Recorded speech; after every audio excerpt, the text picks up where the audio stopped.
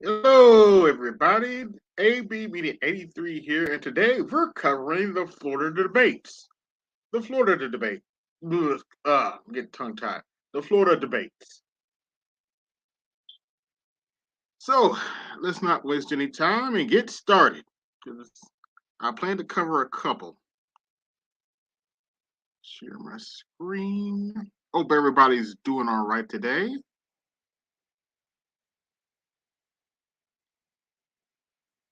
We're going to. Here we go. All right, the first up, we're covering the governor's debate for Florida, which is Ron DeSantis versus Charlie Crist. So this should be interesting. Let's get started. That is there by special request for Congressman Crist. We do ask that everyone here in the theater remain quiet during the debate. We will have Whatever. time for applause at the end of the night and right now as we welcome our candidates for governor for the great state of Florida, Governor Ron DeSantis and Congressman Charlie Crist.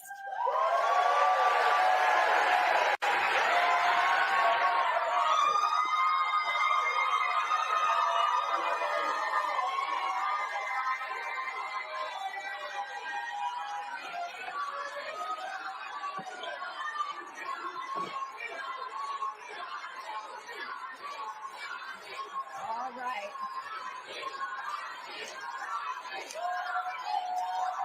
Here we go. We're going to start the debate now. If everyone could settle down. All right.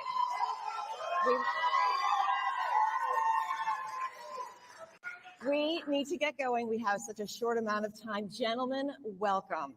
We're going to begin with a series of questions about the economy. Congressman, you won the coin toss, so you will be answering first, please. It's been said that people vote with their feet, and their feet are bringing people to the Sunshine State by the thousands. That has put unprecedented pressure on housing. It's driving rents through the roof and forcing individuals and families out of their homes. New housing takes years to approve and to build, and workforce housing is needed right now. What solutions do you propose as governor to manage future growth and ensure affordable housing is available to everyone? Congressman, you have 1 minute to respond. Thank you, Liz, and thank you for being here tonight. I want to thank everybody for watching this evening. I wanted to start out by saying that you're going to see a stark contrast in this debate and this election. It's a stark contrast between somebody who believes in a woman's right to choose. I think that's fundamentally important. Governor DeSantis has signed a bill that would restrict that right, even in cases of rape or incest. So get to your question. Housing is an incredible issue as well. We have a housing crisis in our state. Good luck buying a home. Good luck renting an apartment. And it's because Governor DeSantis has taken his eye off the ball. He's focused on running for president in 2024, and as a result, we have lost things in our state budget, specifically. Yeah, there's clearly a bunch of Democrats in the crowd, so it is what it is. A housing trust fund that has hundreds of millions of dollars that he, along with the legislature, have cut. I would restore it. I would make sure that we're doing everything we can to be sure that housing is affordable again. And along with that goes so many other things, the price of gas, the price of utilities. These things are through the roof.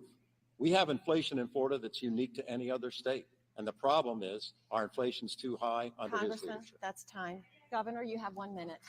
Thank you. And thanks everybody for tuning in.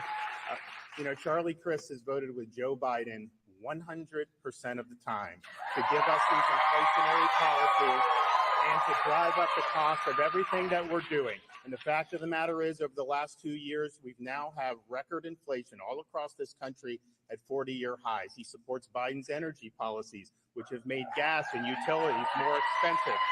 That is wrong. And I would also say this. You mentioned, Liz, that people are flocking to Florida. That would not have happened if Charlie Crist had his way. He wrote me a letter in July of 2020 saying you need to shut down the state of Florida. He said you need to force people to shelter in their own homes. that would have destroyed the state of Florida. That would have caused our tourism industry to go into the toilet. It would have locked out millions of kids from school. I rejected Charlie Crist's lockdown letter. I kept this state open and I kept this state free. And we now have the biggest budget surplus in the history of Florida. We have a 2.5% unemployment, Governor, second lowest on time. record, and we just did the biggest tax cut in Florida Thank history. you, Governor. That's time. Congressman, you have 30 seconds for rebuttal. Thank you very much. Well, Ron, that's rich. You're the only governor in the history of Florida that's ever shut down our schools. You're the only governor in the history of Florida that shut down our businesses. I never did that as governor. You're the one who's the shutdown guy.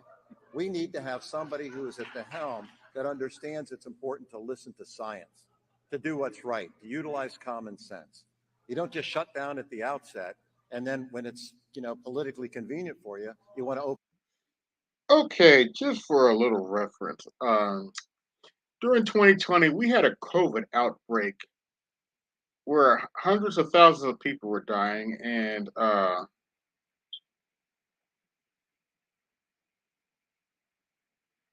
yeah, there's a lot of decisions that need to be made during that. So let's continue.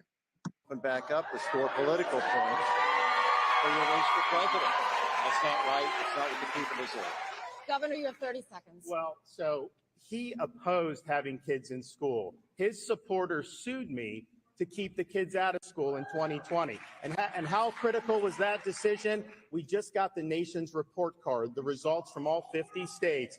Florida, number 3 in 4th grade reading and number 4 in the country in 4th grade math. And if you adjust that for demographics, we are number 1 in the country in both. That would not have happened if we let Charlie Crist and his friends lock our kids out of school like they did in California and like they did in New York. We did it right in Florida. We're going to move on now. Our next question, also on the economy. As governor, both of you called special sessions of the legislature to address Florida's home insurance crisis. Governor DeSantis just announced another will be called by the end of the year. Dave in Ruskin, Florida wants to know, what do you think are the best next steps to address this crisis, which seems to overwhelm every solution we throw at it? Governor, you have a minute. Well, first, I think we have the worst inflation of 40 years. It's much more expensive to replace a roof today than just 3 years ago, thanks to the Biden-Crist policies. That, unfortunately, is contributing to the increase. We also have we're number one in the nation in litigation with respect to homeowners insurance. We have 8% of the policies, but 78% of the litigation costs. Some policyholder will get a $20,000 settlement and the lawyer will get $400,000. So we called a special session. We addressed part of that. We also created a reinsurance backstop that's serving us well now that Hurricane Ian hit. And we created a program where Floridians can get grants to make improvements to their homes and then lower rates. I think what we need to do, we need to build off what we did with the reinsurance because that's a big issue. And we have to address the rising costs of litigation. It's not about lining the pockets of billboard lawyers. It's about having a competitive market where people have a shot to make ends meet. Congressman, you have 1 minute. Ron, the real problem is that according to Forbes magazine, Florida is the most expensive state in the country to live in, more than California, more than New York. And why is that the case? Because you've taken your eye off the ball. Yeah, that was true when Charlie Crist was running the state too. So it is what it is. Florida's always been too expensive. I would never want to live down there. As I said before, look at utility rates in the state of Florida. Since you've been governor, every utility rate increase has been granted for Florida Power and Light, Duke Power, TECO, you name them. They've all gone up and up and up. When I was governor, they went down. Property insurance under you has doubled in the state of Florida. Doubled, Ron. That's not good for the people of this state. And it's been exacerbated by this horrible hurricane we just came through. Gas prices are up as well. Under your lack of leadership, you slipped in something to drop the price of gas, but only in October, right before the run-up to the election. That's so political. It's disgusting. We need to have a governor who will do what's right for the people of Florida all the time, all year long, not just when it's right before a re-election. Governor.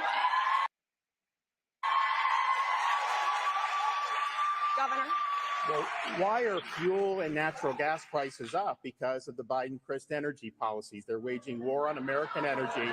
They are not producing what we need to do. They're begging Maduro and OPEC for more oil. That's why your costs are going up there. But Charlie Crist's plan for homeowners insurance is to chase the private insurers out, dump millions of Floridians on Citizens' property. It's undercapitalized. Here's why that matters for you.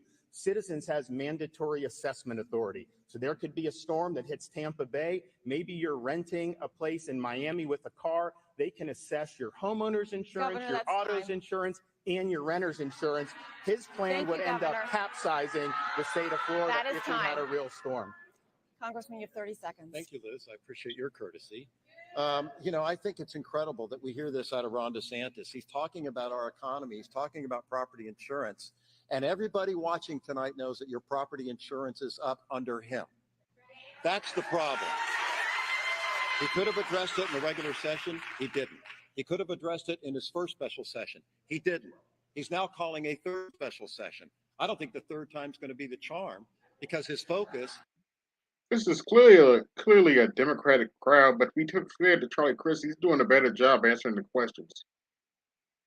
Is not on Florida. It's not on you. You deserve a governor who has your back. I always did, and I always will.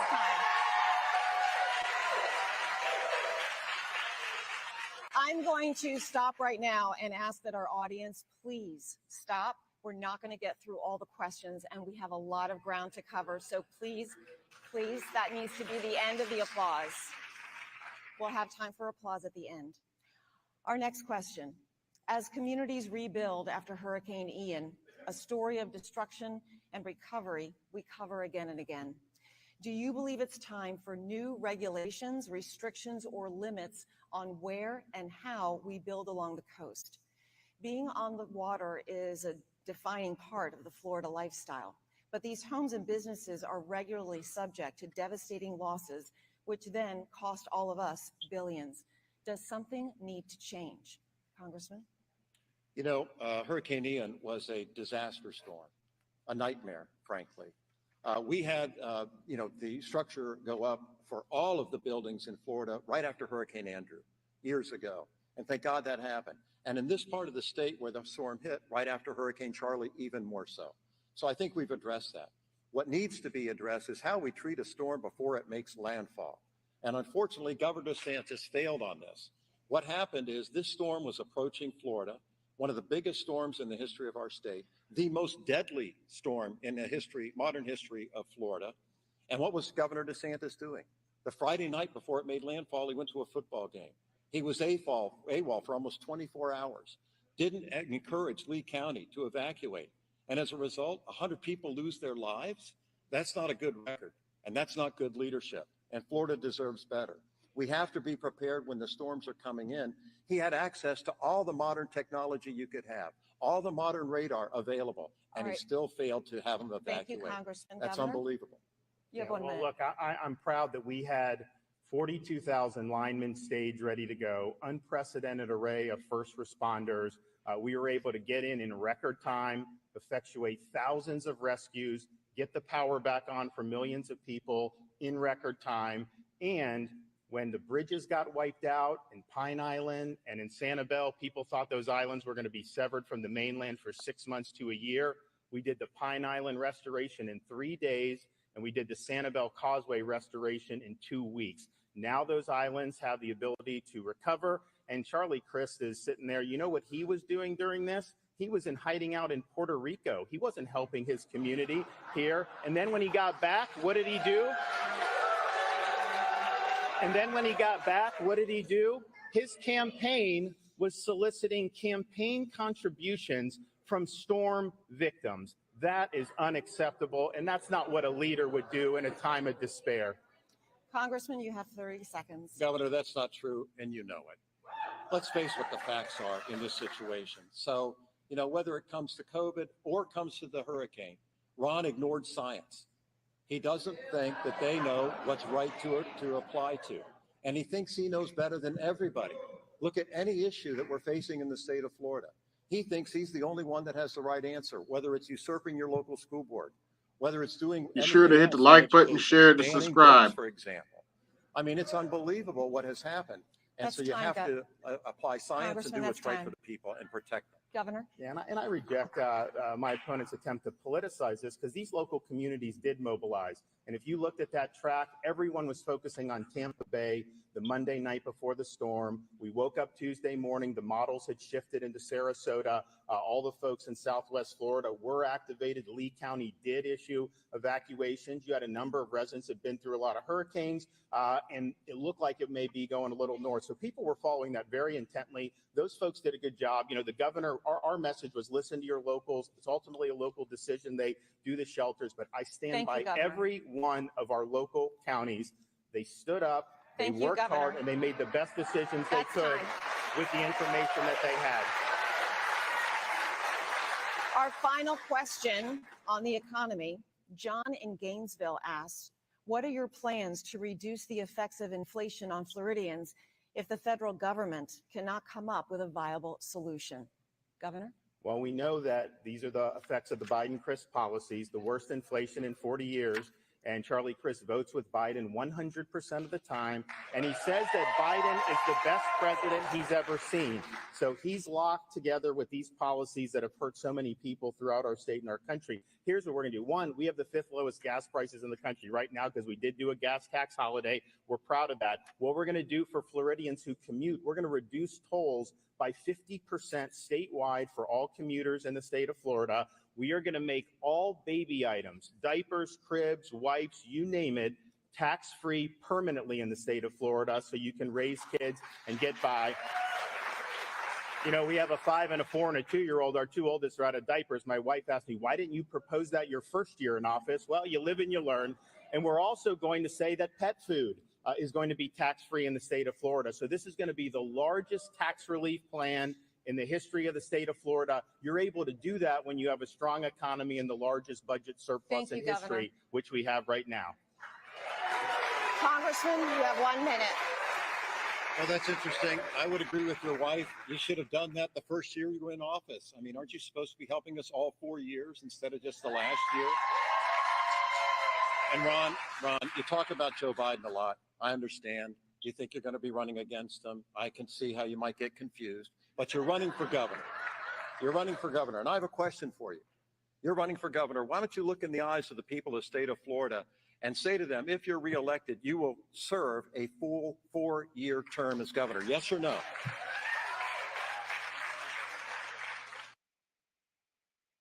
Yes or no, Ron? Will you serve a full 4-year term if you're reelected governor of Florida? It's not a tough question. It's a fair question. He won't tell you. We did not agree on the candidates asking each other questions. Governor, it's your turn. Well, listen, I know that Charlie's interested in talking about 2024 and Joe Biden, but I just want to make things very, very Notice he really didn't answer that question. clear. The only worn out old donkey I'm looking to put out to pasture is Charlie Crist.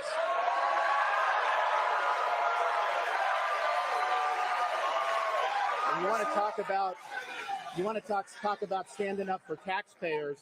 When Charlie Crist was governor, he ran saying he would not raise taxes. He became governor, and he signed off on the largest increase in taxes and fees in the history of the state of Florida. That's time, we Governor. just enacted the largest decrease in taxes in the history of Florida. Thank you, Governor. Congressman, you have 30 seconds. Yeah, well, Ron, we know you love to bully people, and the little name calling you just exchanged, I can take it, but you shouldn't do it when children are standing behind you at a press conference and they're wearing a mask and giving hell. But apparently that's your nature, and that's too bad. So what we need to do on the economy is make sure that we're focused on Florida. You know, he keeps talking about the Biden administration this, the Biden administration that. This is the DeSantis administration. And under the DeSantis administration, the middle class is getting crunched in Florida. You can't get an apartment. You can't afford a house. You can't pay your property insurance because he's taken his eye off the ball over and over and over. Thank you, Congressman.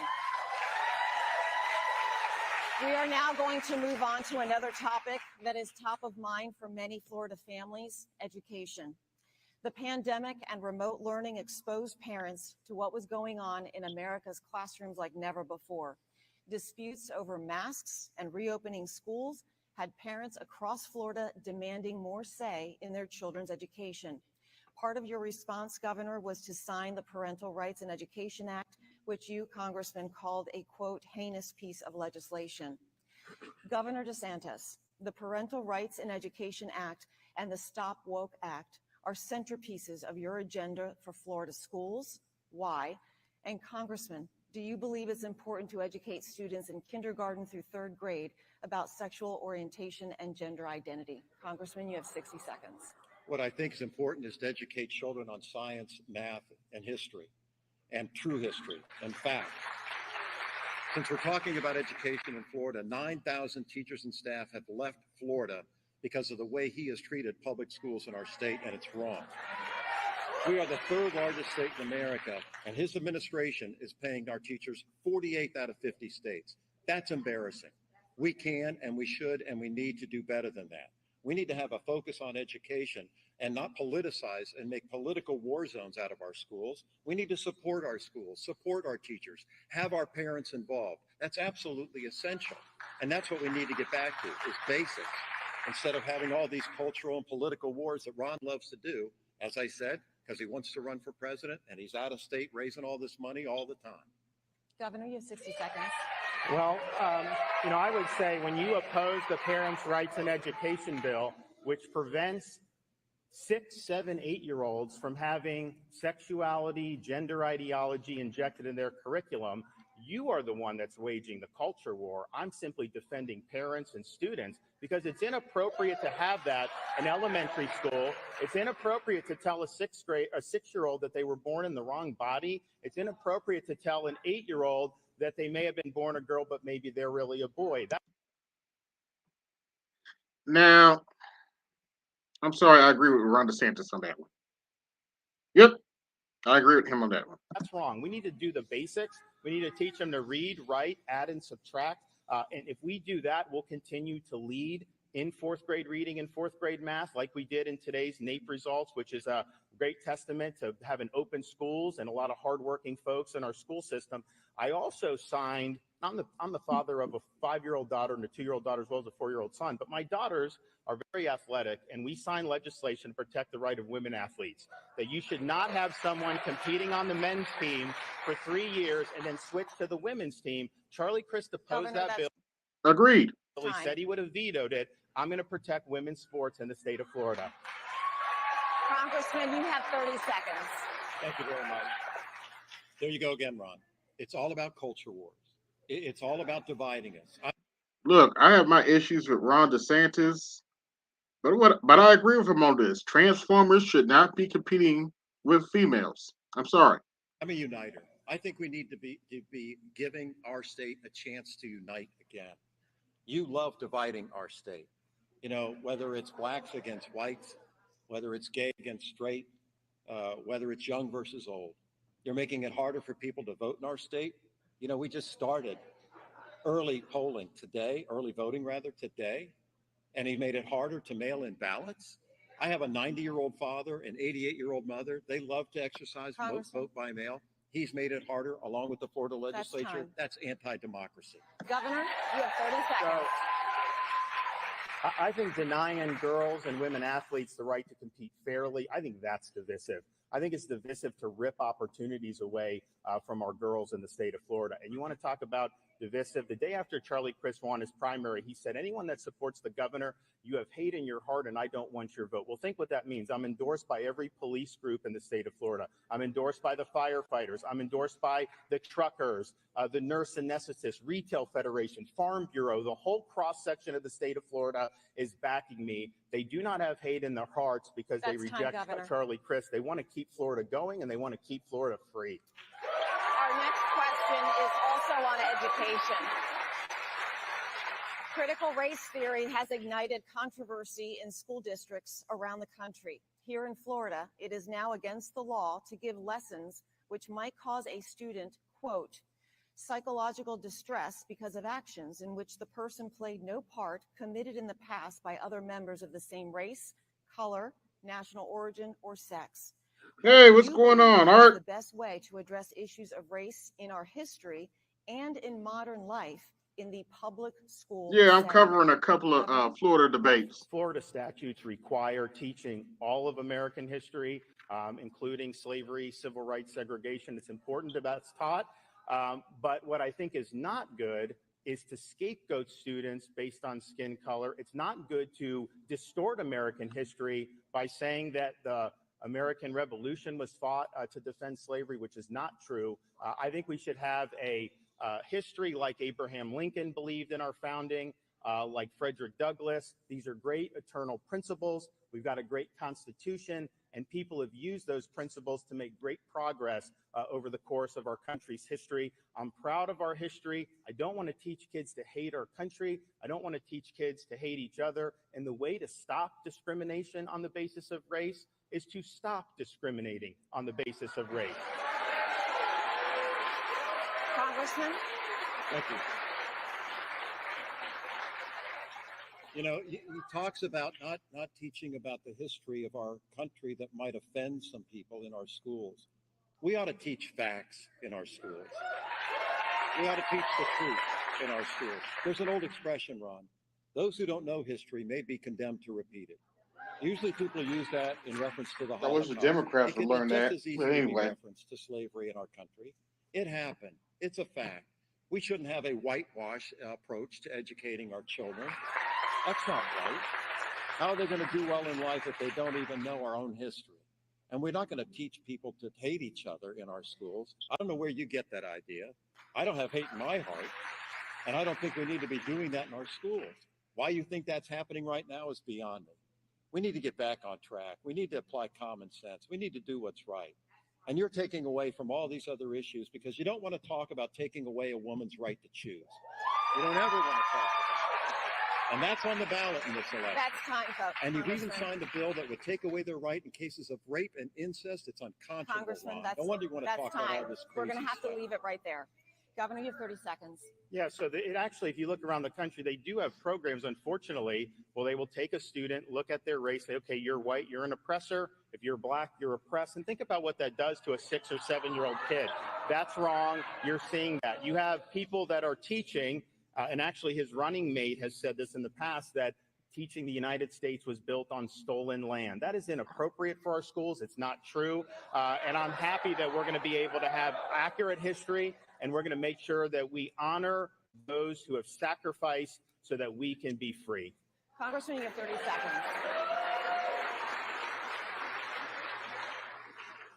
You have 30 seconds. Thank you. Well, listen, here he goes again. I mean, he keeps going back to this stuff. These outrageous, radical kind of comments that have nothing to do with reality. He says they're teaching this in other schools in other states. Yeah, this is actually a better debate than what I saw yesterday. The one yesterday, I did the Pennsylvania debate yesterday. John Fetterman is clearly not fit to be running for office. Just saying. But anyway, let's continue this debate. This is Florida. You're the governor of Florida right now. You won't even say if you want to be the governor of Florida after this election, but you are right now. And you need to be focused on what's happening in our schools. Our schools are doing a decent job, and they're not teaching hate. They're teaching reading, writing, and arithmetic. They're doing it with good teachers, but you don't respect them, and that's why they're fleeing our schools. We need a governor who cares about education. We're going to move on real to our next education. question. You cannot have school without teachers, and districts up and down the state are struggling to fill open jobs, even though the National Education Association reports Florida now ranks 15th in starting teacher pay. Governor, you have proposed making it easier for veterans and first responders to join the ranks of public school teachers, but some argue your policies, which we have just discussed, are a barrier to new educators. Congressman, you believe the solution is declaring a public emergency and increasing spending for health care and other benefits in a system that already makes up a significant chunk of the state budget. Is money the answer, Congressman? Money does help. You know, if you invest in what you care about and you prioritize by how you spend your money. This governor, as I said before, is spending for our teachers. They're 48 out of 50 states in America. We're the third largest state in America. He's got a budget surplus. Why can't you treat teachers better than that? That doesn't make sense to me. You invest in what's important in other areas of our state. You make sure that we have infrastructure. That's why a member of Congress, I voted for the infrastructure that got the Sanibel Bridge built back up as quickly that you took credit for. But it's important to invest in things that matter to the people of our state, like actually regulating our utility rates, and you're not. Like actually bringing down the price of property insurance, and you're not. Like actually making sure that our taxes are lower, not higher. You raised them $1 billion on every consumer in the state. You did that. You raised the highest taxes ever. Governor, you have 60 seconds. Well, I think his teacher pay is very important. And when Charlie Crist was governor, he did nothing about it for 4 years. In fact, he cut education $300 million. What have I done? We've done the largest increase in teacher compensation in the history of the state of Florida. As you mentioned, Liz, we now rank much higher with average minimum salary because we focused on that because we knew that was important to recruit good teachers. So we've raised the average minimum salary by over 20%. We're now #1 in the Southeast. And I created with the legislature a categorical budget item where the money has to go to teacher salaries. Because what happens is we send the money to school districts. You know, his running mate is a teachers union boss. She makes almost $200,000 a year. The teachers down in Miami don't make that. So I don't want the money going to teachers unions. I want the money going in the pockets of teachers. So we are going to do $1 billion categorical in next year's budget. We've made tremendous progress, and we're going to continue to do it because we know how important it is. Congressman, you have 30 seconds. Ron, when I was governor, we paid our teachers more per dollar than you are, and you have a surplus. I governed when we had a great recession, and we did it because we prioritized it. It was the right thing to do. That's how you need to lead. You need to lead by uniting people, not dividing them. He talks about dividing us all night long. It's what he does. It's who you are. It's what he's about. You deserve a better governor who cares about women and your freedom and your right to choose. And your right to vote. That's time. That's time. Governor, you have 30 seconds. And so we're going to continue to do more with the teachers. But I think this is also important. We're talking about schools. I oppose allowing school districts to force students to get the COVID shot. Charlie Crist wants to force students to get the COVID shot. We passed a bill to prevent that. He opposed the bill when we did it. I think this is a parent's decision. I think it's wrong to force this on these kids. And as long as I'm governor, as parents, you're going to have the ability to make that decision. We are not going to subcontract out your parental rights to Charlie and his special interest buddies. We're going to move on now. Please. No, you already had your 30 seconds. We're going to move on. What? I've got to be fair. You each got 60. You each got 30. We're the only state in America. No, I'm sorry. We're going to move on to public health. Moving on to public health. I'm sorry, Congressman. Public health, which has been at the forefront of public policy debate for the past couple of years, perhaps never more so than after the Supreme Court overturned Roe v. Wade. Right now, a legal challenge to Florida's 15-week abortion ban passed by the legislature and signed by Governor DeSantis is making its way through the courts. The Florida Supreme Court, which will ultimately decide on this issue, has previously found the state constitution's privacy clause applies to abortion access. This question comes from Wayne in Stewart. In your opinion, after what week of pregnancy should abortion be banned? Governor. Well, I was thinking back in the aftermath of this to a poor woman over 40 years ago in Jamaica, and she found herself pregnant, didn't think there'd be much opportunity to have a child, was urged to abort the baby, went to get the abortion, and you know, for whatever reason, and maybe we can't explain, that didn't end up happening, and she ended up having the baby. And I think about that because a few months ago, I appointed her daughter to be the first Jamaican-American justice in the history of the Florida Supreme Court. I just think we're better when everybody counts. I understand not everyone's going to be born in perfect circumstances, but I would like to see everybody have a shot. I'm proud of the 15 weeks that we did. I know Charlie Crist opposes that, even though the baby is fully formed, has a heartbeat, can feel pain, and can suck their thumb. He also supports sex-selective abortions, which is used to discriminate against little girls. He supports dismemberment abortions, where they literally will tear the baby limb from limb. And he supports taxpayer funding of abortion all the way up until the moment of birth, and that is wrong. Congressman, you have 60 seconds. Ron, that's just not the truth, and you know it. You know it. He wouldn't answer your question Do you want to ban abortion completely? He never got to it. He talked about Jamaica. I don't want to ban abortion. I want to make sure we keep a woman's right to choose available to the women of the state of Florida. And I want to make sure that we don't have a governor in the future who wouldn't even allow exceptions for rape or incest. We just found out recently about a case of a middle school girl near Jacksonville who was a victim of incest, became impregnated. Because of the bill you signed, Governor, she had to go 2 to 3 states in order to take care of this issue. That's not compassionate leadership. That's not doing the right thing. That's not even having a heart. That's callous, it's barbaric, and it's wrong, and Florida deserves better. And if you want better, I hope you vote like hell. Governor, you have 30 what's seconds. callous is Charlie Crist has not only supported abortion up until the moment of birth, he even voted against the Infant Born Alive Act, which would have had medical care for an infant that survives an abortion attempt and is born alive. He's also something a little bit of a chameleon. I mean, he used to support a federal constitutional amendment that outlawed all abortion regardless of any type of exceptions. Now he's taken the other extreme position. The question is this an honest change of heart? Or is this a guy that's going to shift with whatever win he needs to try to keep his political career alive? I think we all know the answer to that question. Congressman, you have 30 seconds. Ron, again, that's not true, and you know it. You know, I watched you debate 4 years ago, and I remember your opponent said that, you know, in the last debate, I guess he got 2 instead of the 1 we're getting. He said Ron lied 21 times, and when you did it again in his second debate, he goes, well, there's number 22. I don't know why you are so compelled to be disenfranchised from the truth as much as you are. Maybe it's because you don't want to talk about your record. You don't want to talk about how you've made Florida unaffordable for most of our citizens. You don't want to talk about a woman's right to. I'm sorry. Florida was unaffordable beforehand. No offense to Mr. Z if he's in the chat. Choose and these other things that are so important to Florida That's today. That's time. Thank you. Moving on to our next public health question. The coronavirus continues to be a significant concern. A pandemic was not something any of us were prepared for. There was no playbook, no list of time-tested strategies to stop this fast-spreading and dangerous virus.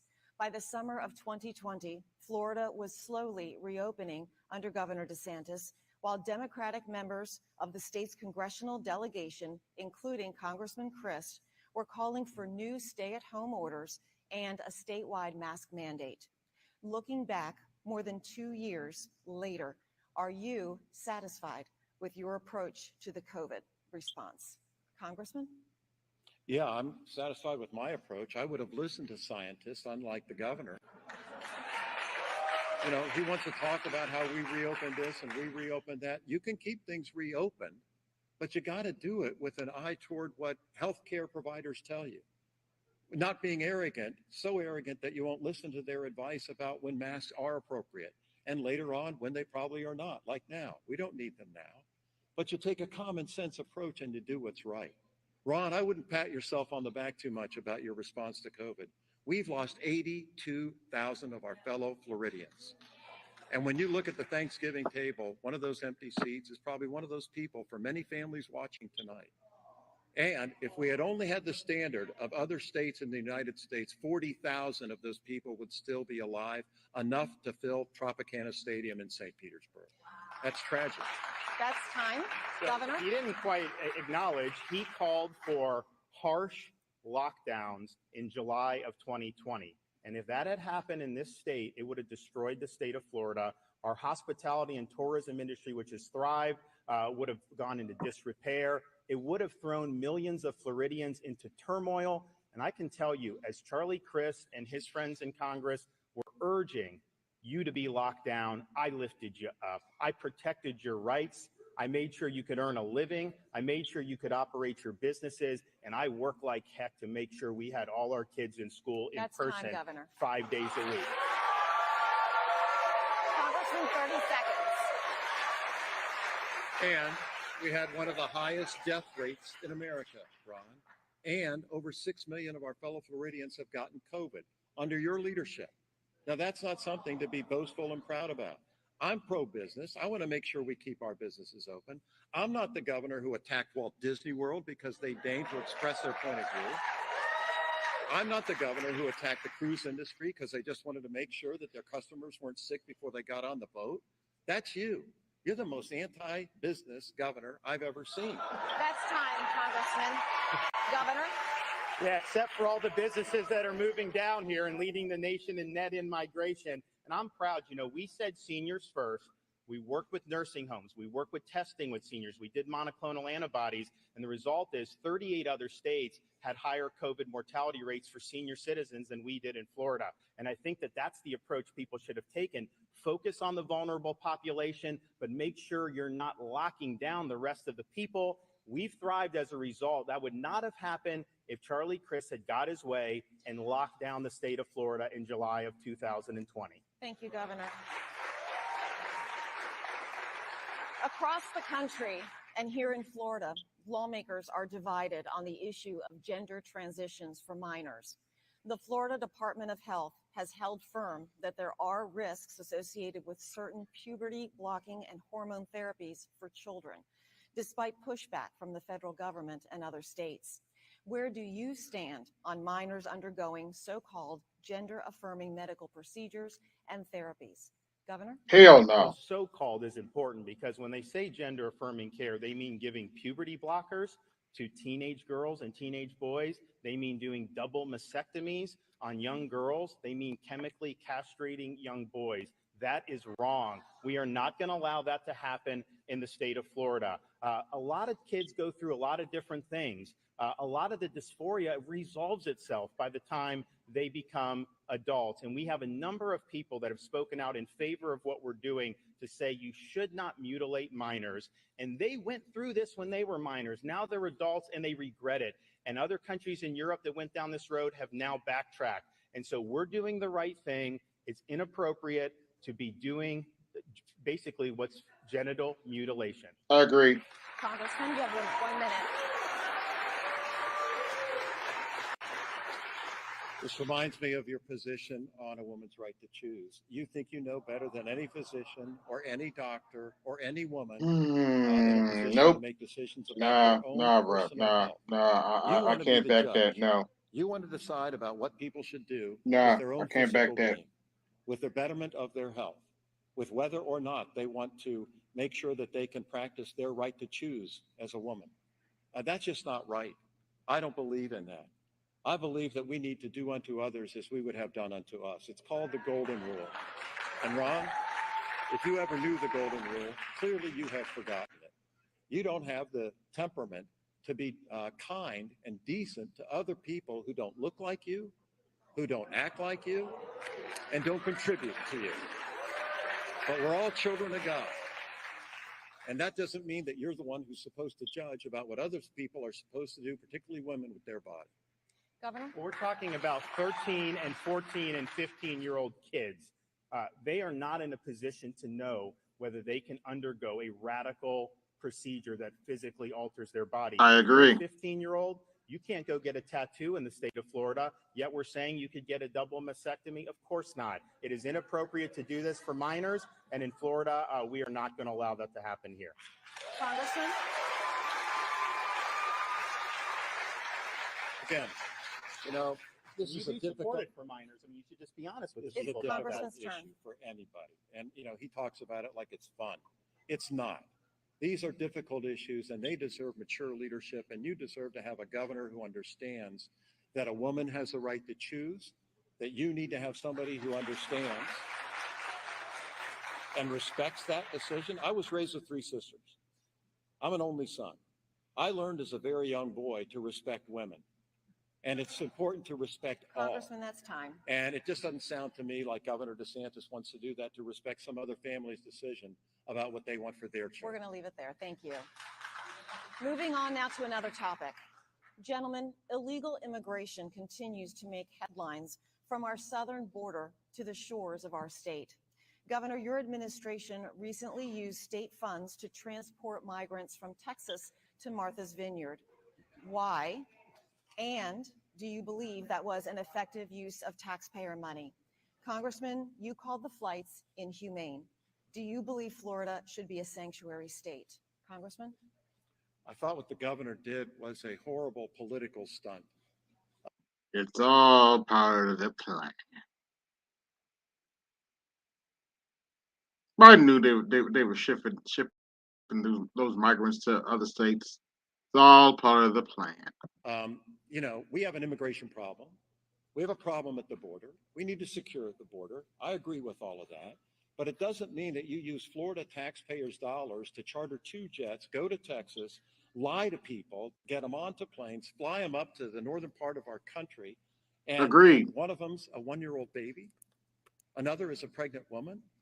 You're willing to use people like that. In this case, they were Hispanics, Venezuelan in particular, and have them as props for your political gain.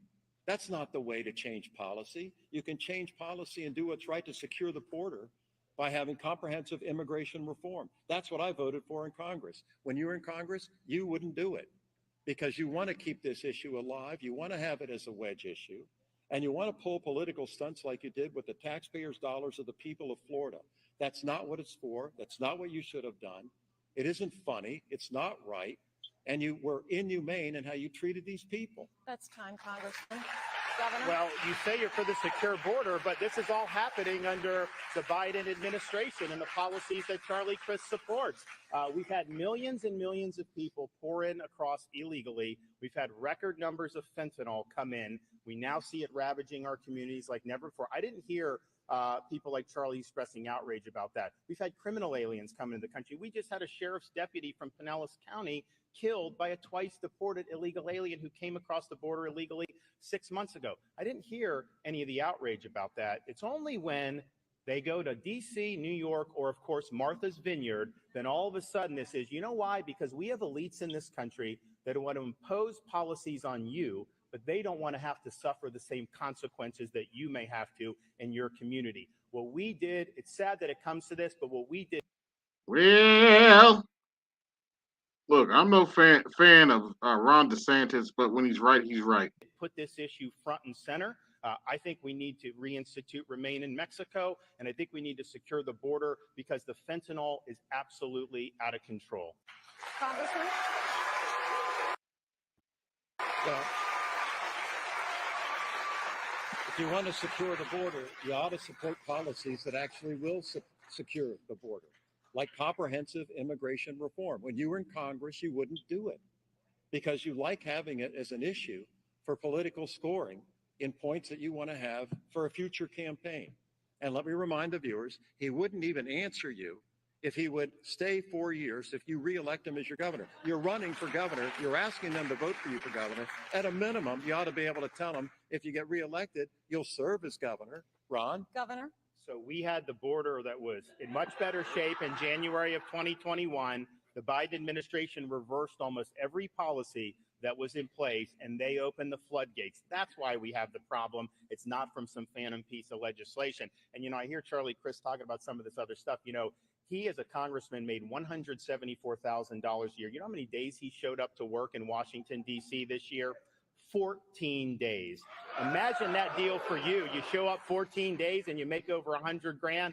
That's the type of effort this guy puts into actually doing his job. All right.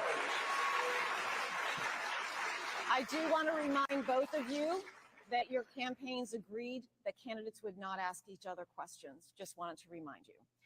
Drug smuggling is another consequence and an insecure border. And according to the CDC's most recent data, Florida is only second to California in the annual number of overdose deaths. What will you do as governor over the next 4 years to protect Floridians and their families from drugs, addiction, and the crime that comes with it?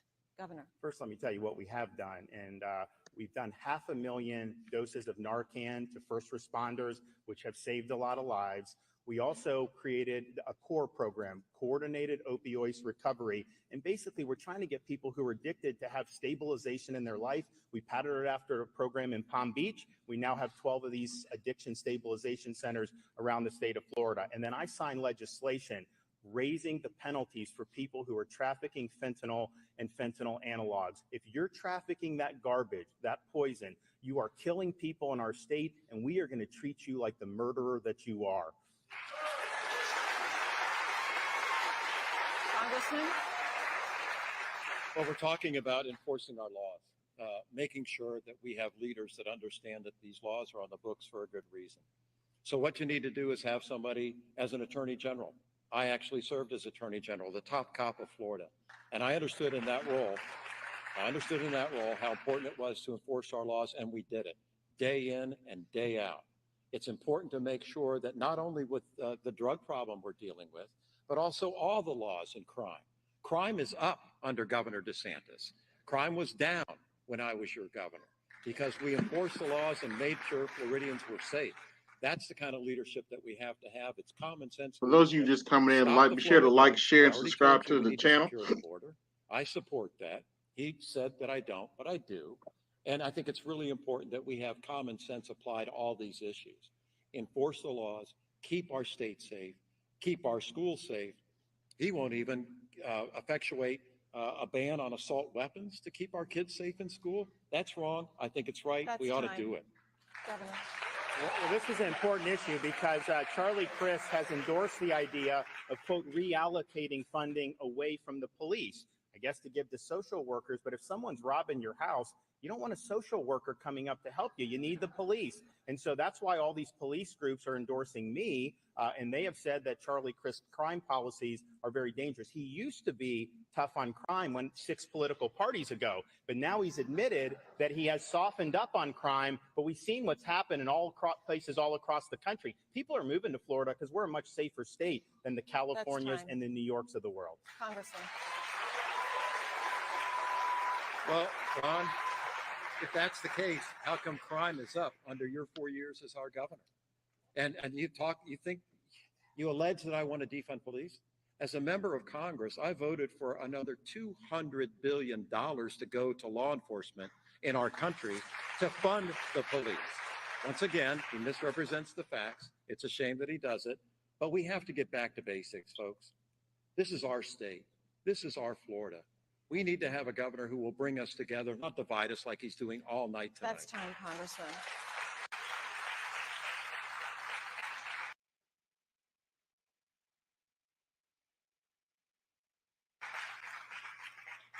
Do we have time for one more question? We do. Continuing now on the topic of public safety. Earlier this month, Nicholas Cruz, who confessed to murdering 17 students and staff at Marjorie Stoneman Douglas High School on February 14th, 2018, was sentenced to life in prison. You have both said that he should have received the death penalty, but legal scholars and at least one juror blamed Florida law for sparing his life. If elected, will you take action to change existing law? Why or why not? Congressman. What I would do in this case, listen, these are not easy decisions. I served as governor. I signed death warrants. Governor DeSantis has as well. It's not a fun day, but it's an important thing to do. As I told you earlier, you need to carry out the law. As it applies to this particular case, this is one thing we actually agree on. I believe that that young man should have gotten the death penalty for killing 17 innocent students in our schools. It was absolutely abhorrent. And you have to do what's right. And it's a tough thing sometimes. But whatever it takes to make sure that we can enforce those laws that say there are consequences to your actions, we need to be able to enforce them and get it done right. Governor. I think he deserved the ultimate punishment. When you murder in cold blood 17 innocent people, there's no other punishment that meets the gravity of that crime. And to have one juror hold out on that was a travesty. So yes, I'm going to ask the Florida legislature to amend that statute so that one juror doesn't have veto power over appropriate punishment. But I'll tell you this, when that happened, I wasn't governor yet. It was the year before, but I became friends with a lot of the families, people like Andy Pollack, Ryan Petty. No one was being held accountable for anything that was going on there. I came into office my first week, we suspended the sheriff of Broward County for the ineptitude that was displayed. We called a special grand jury, statewide grand jury, to look into the failures of the school district and other school security failures. That report came back We've instituted great reforms. We've done $750 million for school security, and I was able to suspend 4 school board members that the grand jury had said were derelict in the performance of their duties. We brought accountability for those families when no one else would. Congressman, you have the floor, 30 seconds. Be sure to like, Those weren't the only share, people who subscribe to were the honest. channel. We have a state Hit the attorney in Cash App Tampa and Bay support the named Andrew channel. Warren that he of his own volition decided to kick out of office and suspend because he actually spoke about what he felt about an issue. That used to be called freedom of speech in this country. And Governor, I know you went to Harvard Law School, but you need to study the Constitution again. When you start removing people from public office, that's the job of the people. He was twice elected state attorney in Tampa Bay, did a great job. And because he voiced something that disagreed with you, you decided to suspend him? That's not good leadership. Congressman, Governor, you have 30 seconds. Yeah, look, I think that this is a very important issue for our country. Prosecutors aren't above the law. They don't have the right to veto duly enacted statutes. I know Charlie Crist supports prosecutors like LA and Manhattan that are basically ignoring the law, and crime is spiking in those areas. I disagree with that. I think in Florida, you can't be a law unto yourself as a prosecutor. Duly enacted statutes must be enforced, and we will be much safer as a result of that. So I acted appropriately, and I would do it again. Thank you. That is all the time we have for questions at this time. Gentlemen, you each have 1 minute for a closing statement. The coin toss determined that the governor will go last. So please begin, Congressman. I want to thank Floridians for watching tonight. I love Florida. I love her with all my heart. I want to unite her. I want to bring this state back together and not have a divider as a governor. I want women to have the right to choose and make their own decisions about your body, especially in cases of rape or incest. I want to make Florida more affordable again. When I was governor, I lowered your property insurance. When I was governor, I lowered your property taxes. When I was governor, I made sure that we had an affordable economy, even in a recession. He's raised all these things. He's also raised your taxes. He won't even tell you if he'll serve 4 years if you reelect him. I mean, come on. You deserve better than that. Florida deserves better than that. Thank you very much.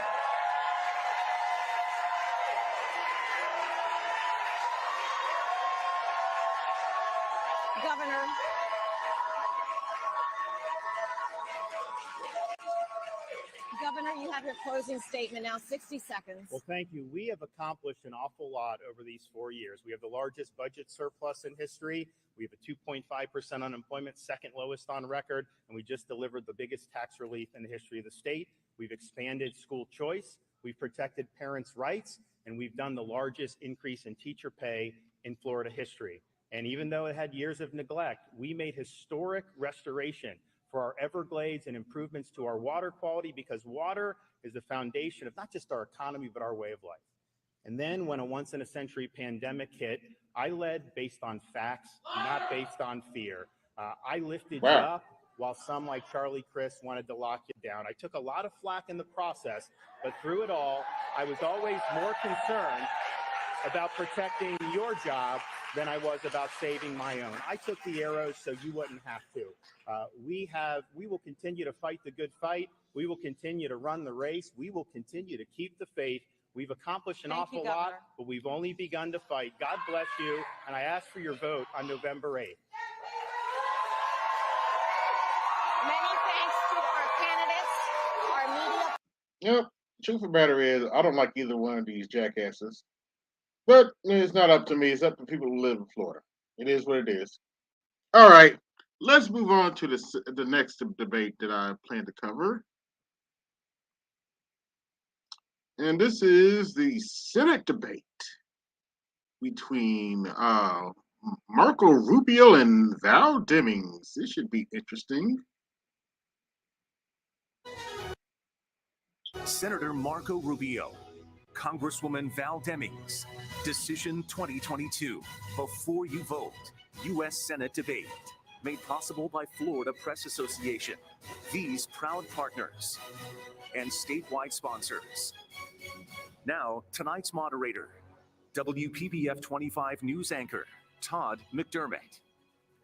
Good evening, and welcome to our audience from around the entire state, live on television, streaming and listening on NPR Florida. This is Decision 2022, Before You Vote, the U.S. Senate Debate. We are live from Duncan Theater on the Lake Worth Beach campus of Palm Beach State College. Welcome to our candidates, Congresswoman Val Demings and Senator Marco Rubio. We are so appreciative for your participation tonight. Also joining me are panelists, Vicki Sacheri, Executive Editor of Florida Trend, and Rick Christie, Executive Editor of the Palm Beach Post. All three of us will be asking questions of the candidates tonight. The debate rules tonight: each candidate gets 60 seconds to answer a question and 30 seconds to answer any follow-up questions. Rebuttals are 30 seconds in length and at my discretion as your moderator. Candidates, when you see the yellow light, you have 15 seconds to finish. The red light means exactly what you think it means. And I'll remind you that it means stop. Congresswoman Demings, you won the coin toss earlier this week. The first question tonight goes to you. 3 weeks ago tomorrow, Hurricane Ian hit Florida as one of the 5 most powerful storms to make landfall in the U.S. What federal action is needed starting now to protect Florida from sea levels projected to rise a foot or more in less than 30 years, while more frequent monster storms threaten our lives and livelihoods? Well, thank you so much for that question. And let me say good evening to all of you. Thank you to our panelists. Thank you to Palm Beach State College. It is an honor for me to be here. I stand on this stage as the daughter of a maid and a janitor who grew up in Florida. Had the honor of serving as the police chief in the House and now standing on this stage. I grew up in Florida, so I know all too well the devastating effects that hurricanes can cause on our state. And number one, we have got to get serious about climate change. Climate change is real. If we don't do something about it, then we're going to pay a terrible price for it. More intense storms like we've seen as the waters in the ocean continue to warm up, more intense storms, more flooding, more just devastation as we've seen with Ian. I've toured the area and I've toured Puerto Rico and seen what Fiona did. The federal government has got to make sure that FEMA has the resources that it needs to adequately respond, but we've got to get serious about climate change. Thank you very much. Senator Rubio, same question as you. I'll repeat the question. It was 3 weeks ago tomorrow, Hurricane Ian hit, one of the 5 most powerful hurricanes to ever make landfall in our country. Federal action starting now to protect Florida against sea level rise projected up to a foot in less than 30 years, while these monster storms just continue to hit us. Well, first of all, I also want to thank the college for hosting us here tonight, all of you for being a part of it, everyone for being here in the audience. This is important. I'm glad we have a chance to do it. You ask about the hurricanes. Unfortunately, if you're in public service in Florida, you won't be here long before you're dealing with hurricanes, and we've done so consistently throughout my time in public service. And unfortunately, back in 2017, we had devastating storms, 2018 as well, and now the devastation and destruction that we're still calculating. I outlined last week a very specific plan, obviously it's preliminary, on all the sorts of things that we're going to need help on. These communities immediately need emergency relief. What's happening for a lot of these cities and counties is they have to spend a lot of money up front. Money out of their budgets they have to spend right now to pay for these things, and then they get reimbursed. And so that's why I'm very proud that in 2017 and again in 2018, I was able to get President Trump and the federal government to fully reimburse our counties for the help they needed. But we'll have to do more. There'll be 2 phases. The first is emergency response, meaning all the things you need as an emergency to help these counties backfill their needs. And then there'll be the long-term recovery. And I'm very proud of the fact that I was involved deeply in all the long-term recovery efforts of the last storms as well. All right, that's time, sir. Thank you. We're going to move on to question number 2. And Senator, this question begins with you. Democrats passed the $2 trillion American Rescue Plan with no Republican support.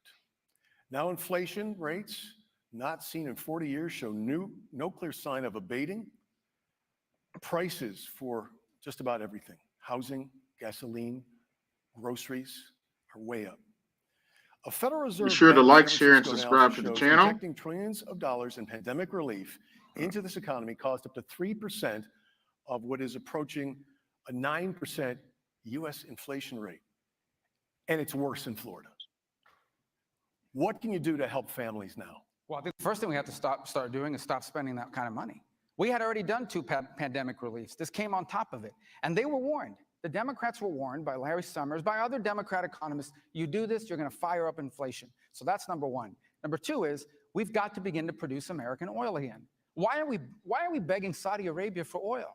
Why are we begging Venezuela and Iran for oil? We're producing 1 million barrels a day less on oil than we used to do just a couple years ago. Instead, we are depleting our reserves. Our oil reserves do not exist to win midterms. They exist to help this country in an emergency or in the midst of a storm. What we cannot do is some of these crazy policies that are coming from the left that Congresswoman Demings has supported. You know, she supported a plan to put a $10.25 tax per barrel of oil, which would have been 35 cents per gallon more for everyone listening here today. We can't do that kind of crazy stuff. It only adds to the inflation. I think it begins by winning this election and getting people like that out of office.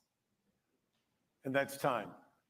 Congresswoman, the same question you may answer, but you have 60 seconds to answer this question. Thank you so much for that. Of course, the senator who has never run anything at all but his mouth would know nothing about helping people and being there for people when they are in trouble.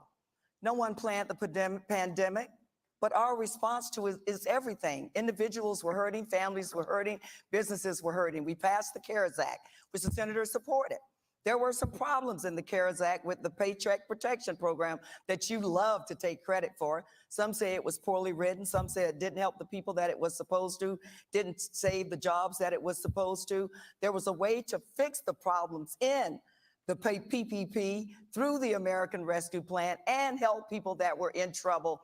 But you played politics, Senator, and you did not do that. Your number one job as a United States Senator is to protect the health, safety, and well-being of the American people. You've been at it for 24 years. Senator Rubio. Yeah, a couple things. First of all, we passed the Paycheck Protection Plan when Democrats were sitting at home in the House. They were in their pajamas doing Zoom calls, and we were in the Oh, look at the mommyism. But go ahead. Capitol. And we were working in the Capitol to solve real problems. The Paycheck Protection Program was a bipartisan victory. If we hadn't put that plan together, and we had to do it very quickly, in a Capitol that had no staff, we had to put it together in 3 or 4 days, bipartisan. It got unanimous support, including the Congresswoman who voted, I guess, remotely or whatever they did. Because the truth of the matter is that if we hadn't done that, we would have had a meltdown. We would have had a meltdown in this country.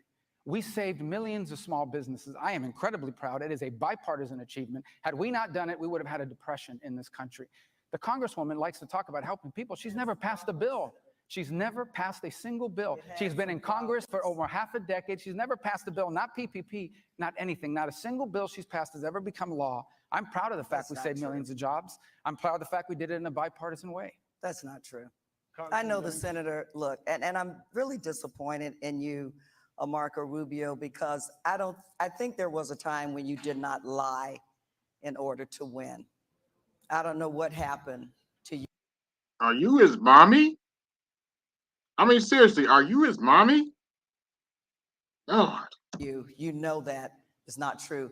My first term in the United States House, I passed legislation to help law enforcement officers with mental health programs.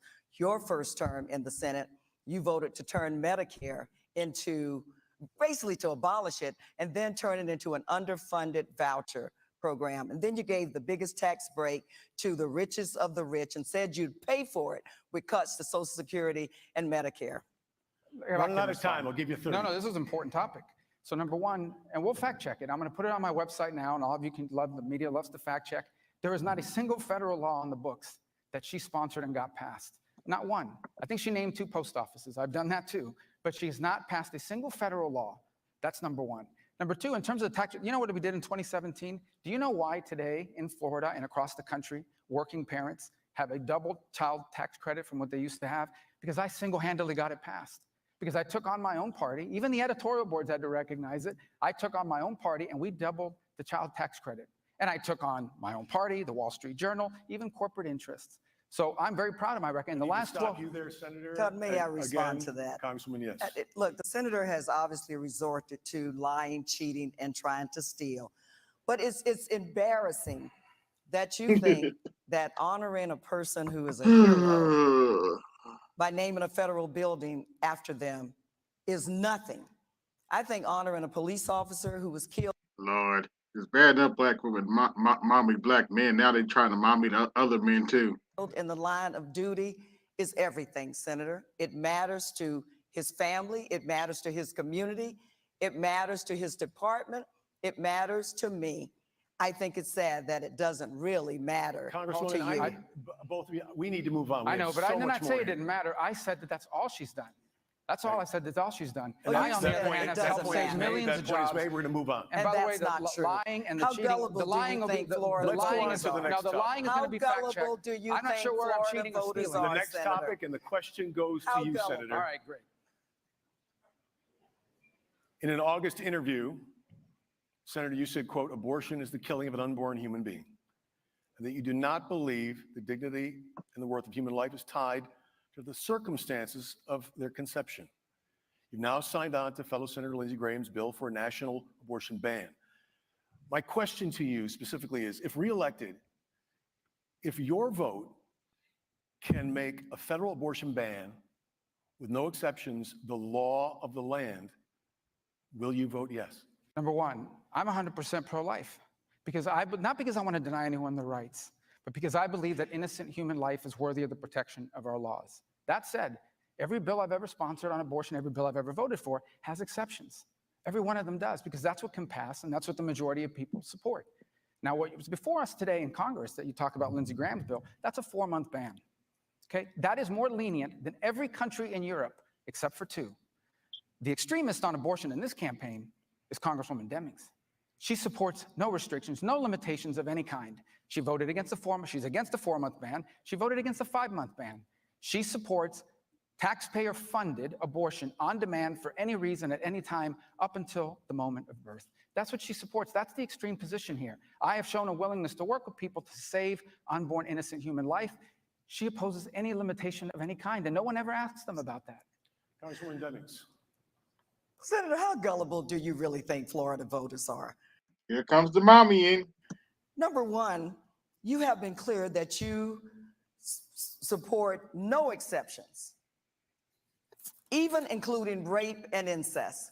Now, as a police detective who investigated cases of rape and incest, no, Senator, I don't think it's okay for a 10-year-old girl to be raped and have to carry the seed of her rapist. No, I don't think it's okay for you to make decisions for women and girls. As a senator, I think those decisions are made between the woman, her family, her doctor, and her faith.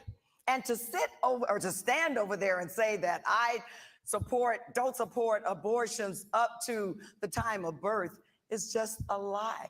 But to help protect the life of the mother, which you looked at that like it was just, that's kind of a side issue.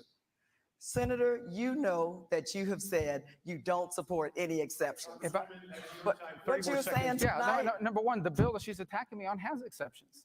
It has exceptions. That's the bill right now. Number two, you want to talk about extreme? Let me tell you about extreme, because you talk about extreme. Here's extreme. Okay, a child that's born alive after a failed abortion. It happened 11 times in Florida in 2017. It happened 8 times in 2020. A child on a failed abortion born alive. And we had doctors in America that refused to treat or provide medical care to a child born alive. And we tried to pass a law that said that should be a crime. That's infanticide. The abortion failed. The child was born alive and you refused to treat it. And she voted against that. That's how extreme she is. And she still will not tell you. You should ask her, what limits on abortion will you support? Congresswoman? What we know is that the senator supports no exceptions. He can make his mouth say anything today. Notice she's not answering the question. He's good at that, by the way. What day is it and what is Marco Rubio saying? Again, listen to the mommying. I've said time and time again, and he knows it, that I support a woman's right to choose up to the time of viability.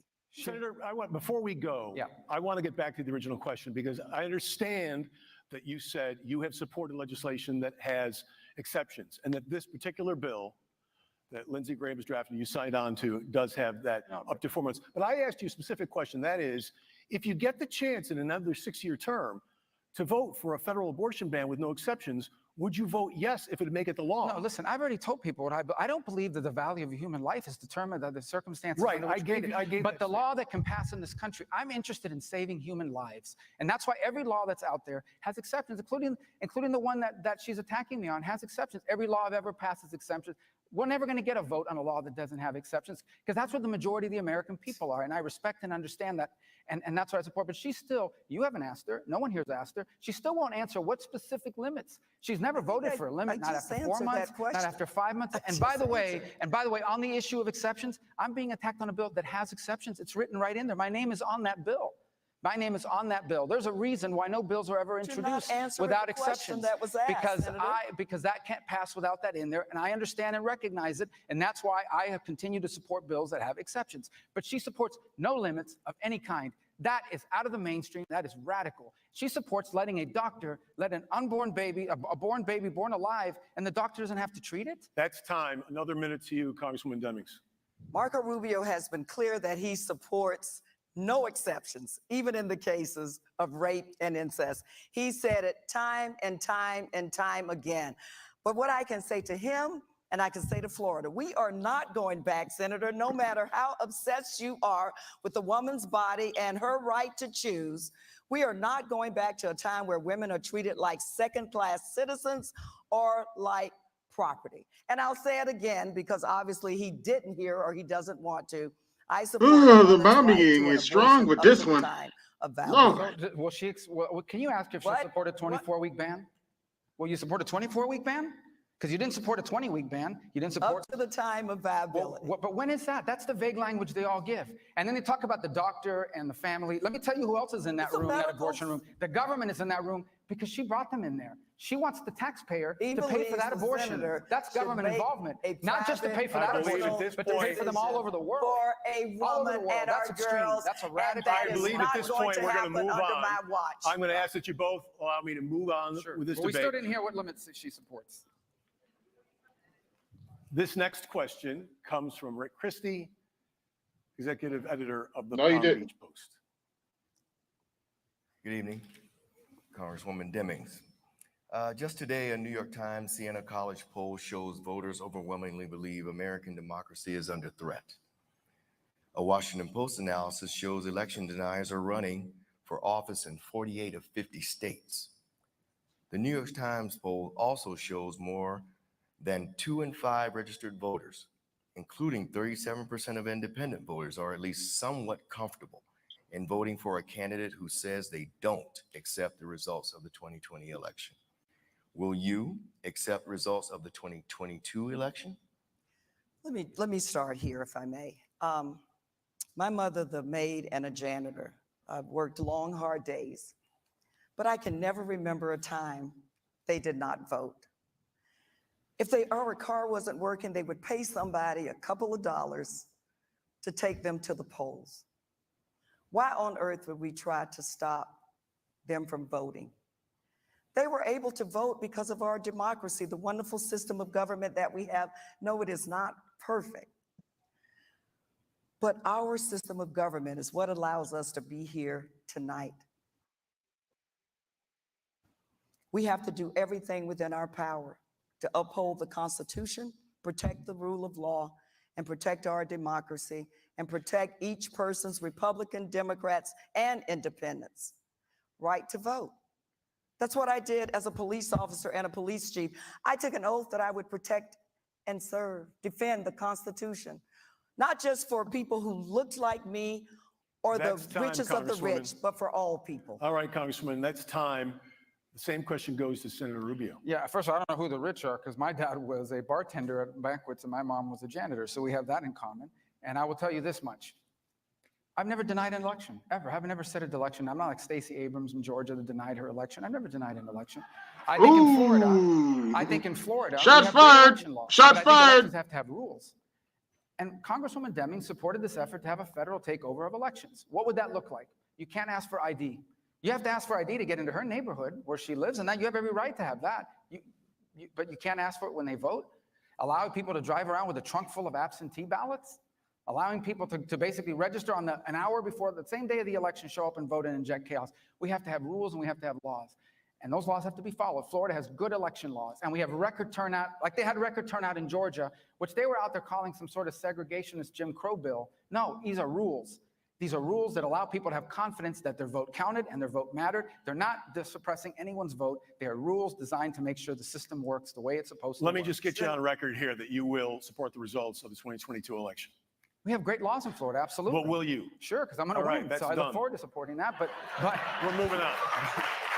But yes, no matter what the outcome is, I'll support it because Florida has good laws. They're not the Fair crazy enough. laws Let's move like they on to have the in next Pennsylvania and these other Rubio places. I'm going to Vicky Sasheri from Florida Trends Magazine. I don't think we gave Congresswoman Demings the. I believe we're going to move on here to the next question, and that's Okay. Vicky's question. Good evening. 6 homeowners insurance companies have already failed in Florida in 2022, putting more pressure on Florida taxpayer-backed citizens property insurance. They're now insuring more than 1 million properties in the state and counting. As the insurer of last resort, the collapse of Citizens would be a catastrophe for Floridians. What should be done on the federal level to avoid this? Who's the question for? Senator Rubio. I'm sorry. Okay, so obviously this is a state issue, but here's a couple things that I would say. The first, the flood insurance program, which is critical. A lot of the people that were hurt in the storm did not have flood insurance. Not only we have to go back and reauthorize it every year. We shouldn't have to keep going back every year. It should be permanent. We should also reform the system. Florida actually pays more into the flood program than it takes out. You talk about the property insurance issue. It is a state issue. The federal government, you don't want the federal government involved in property insurance, believe me, okay? But I will say this to you. We are, I believe the number is about 8 or 9% of the roof claims in America. We are 83% of the roof lawsuits in America. And so what's happening to these insurers is the cost of litigation. They're saying, I'm out in Florida.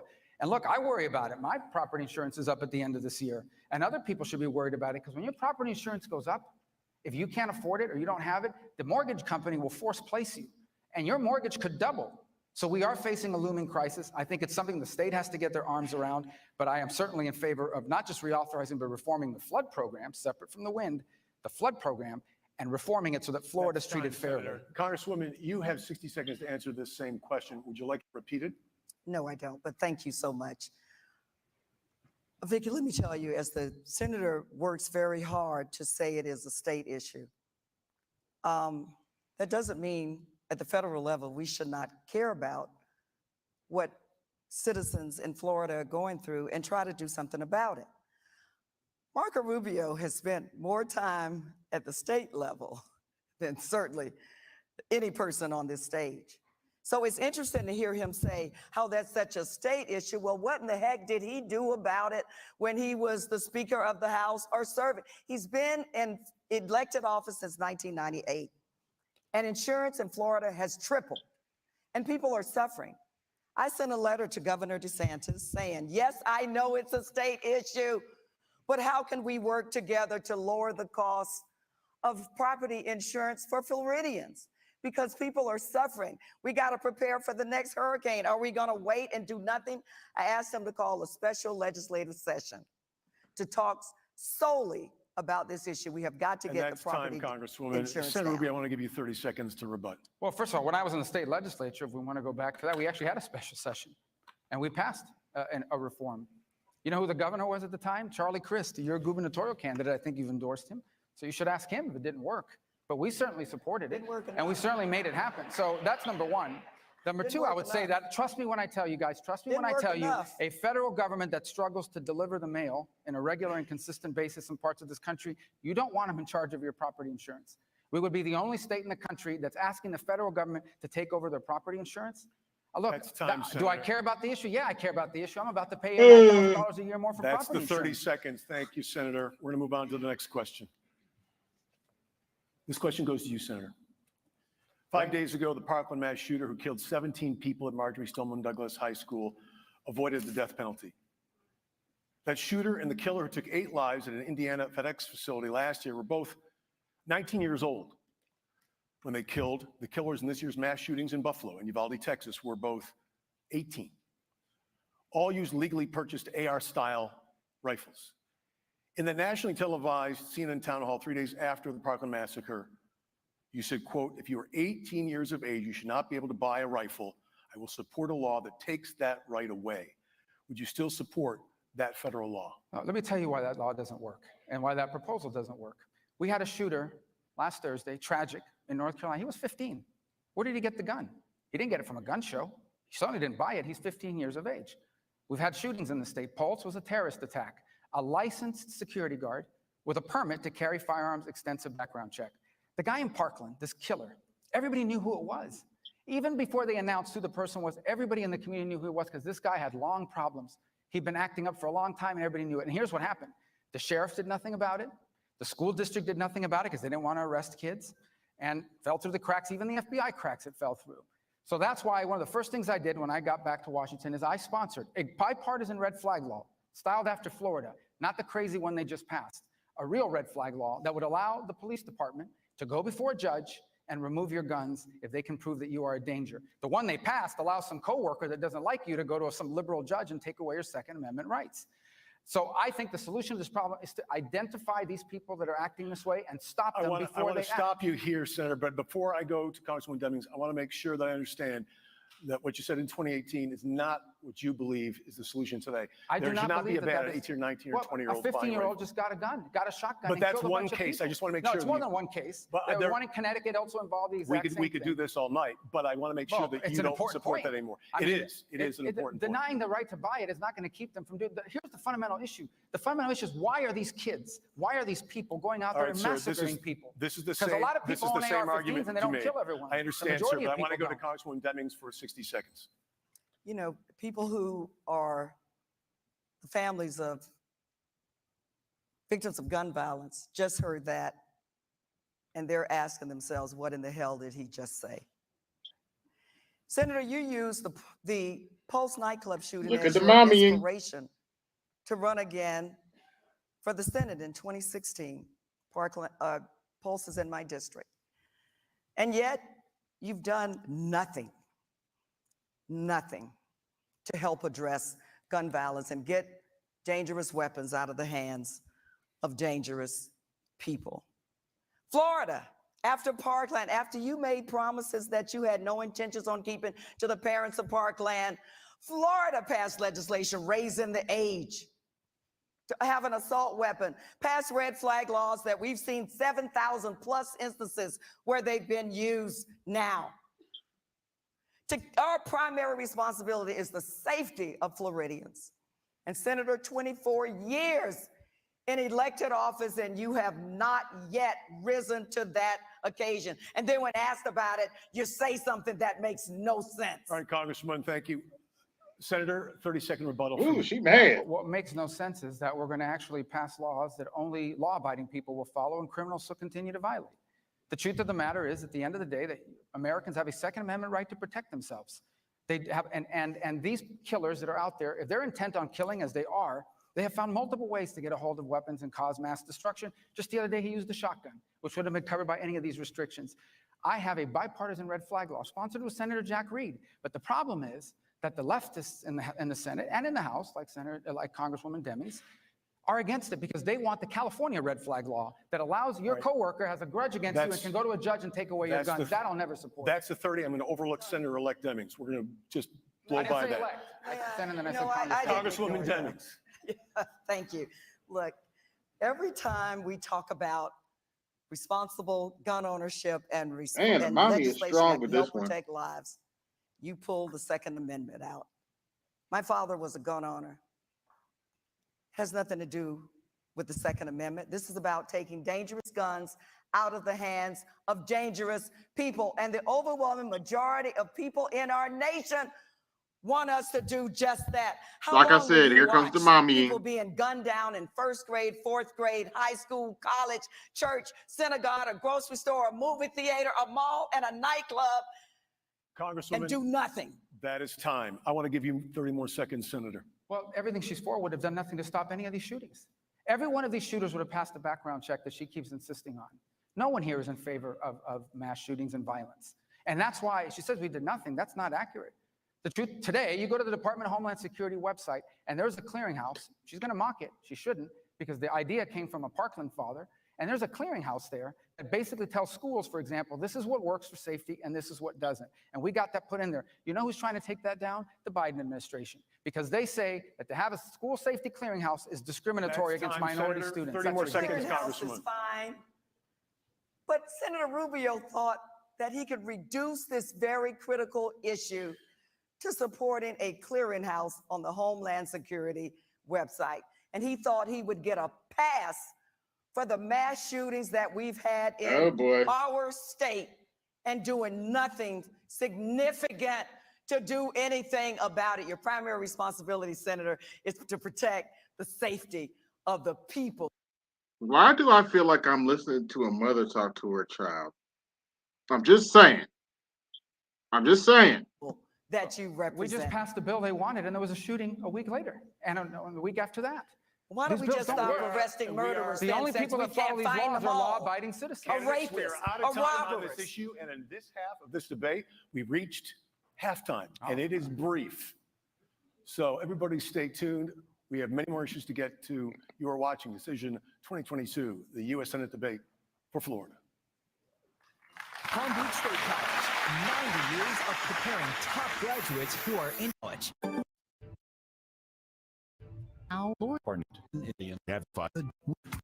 We're skipping commercials, folks. For U.S. Senate here. Welcome back to our debate for U.S. Senate here in the state of Florida.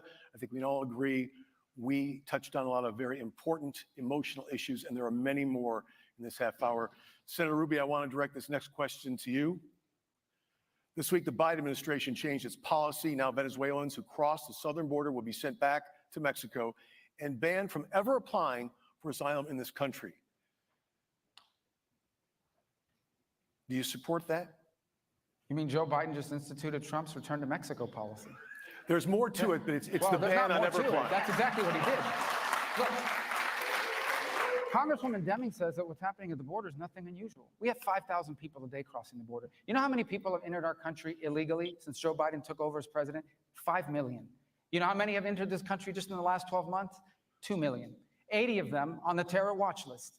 At least, according to the most generous numbers, at least 1%, meaning 20,000, with serious criminal violations in their record. No country in the world, no one has done more on the issue of Venezuela than I have, and Cuba, and Nicaragua. I sympathize deeply with everything these people are facing, and I blame Maduro for that.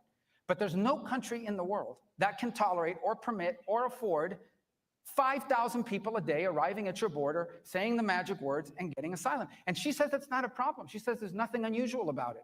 This cannot continue. It has to be fixed. He needs not just to do that, that needs to happen with everyone that's trying to come across, or we're going to have 10,000 people a day coming, and we can't afford, no country in the world can tolerate that. That's time. Congresswoman, I want to give you, this is not a rebuttal. This is the entire 60 seconds as we continue this discussion. And I want to ask you about solutions. Specifically, what solutions do you have for solving the crisis at our southern border? We are a nation of laws. I've enforced them for 27 years. Despite what the senator wants you to believe, he's living in fantasy land. I've enforced them. And we need to make sure that the men and women at the borders have the resources that they need. I am a fan of boots on the ground. Let's have more boots on the ground, but let's also hire more processors so that we can separate those who need to be arrested from those who are seeking asylum. We're a nation of laws, but we have to enforce the law, but we also obey the law that says people who are in trouble can seek asylum in this country. And so more boots on the ground, more technology, more processors. Let's secure our border. The senator likes to talk about open borders. It's almost an insult to the men and women who are there securing the border. But let's get more agents to help at the border. We can do this. If I may respond to that. Number one, the only one who's insulted the people working the border are Joe Biden and Democrats who accused them of whipping Haitian migrants, and that turned out not to be true. Number two, she opposed the border wall. She supported this thing called the People's Budget, which I call the crazy people's budget because it had a bunch of crazy stuff in it. Even Charlie Crist voted against it. And that absolutely zeroed out and banned border funding. She talks about more processors. I want you to think about what that means.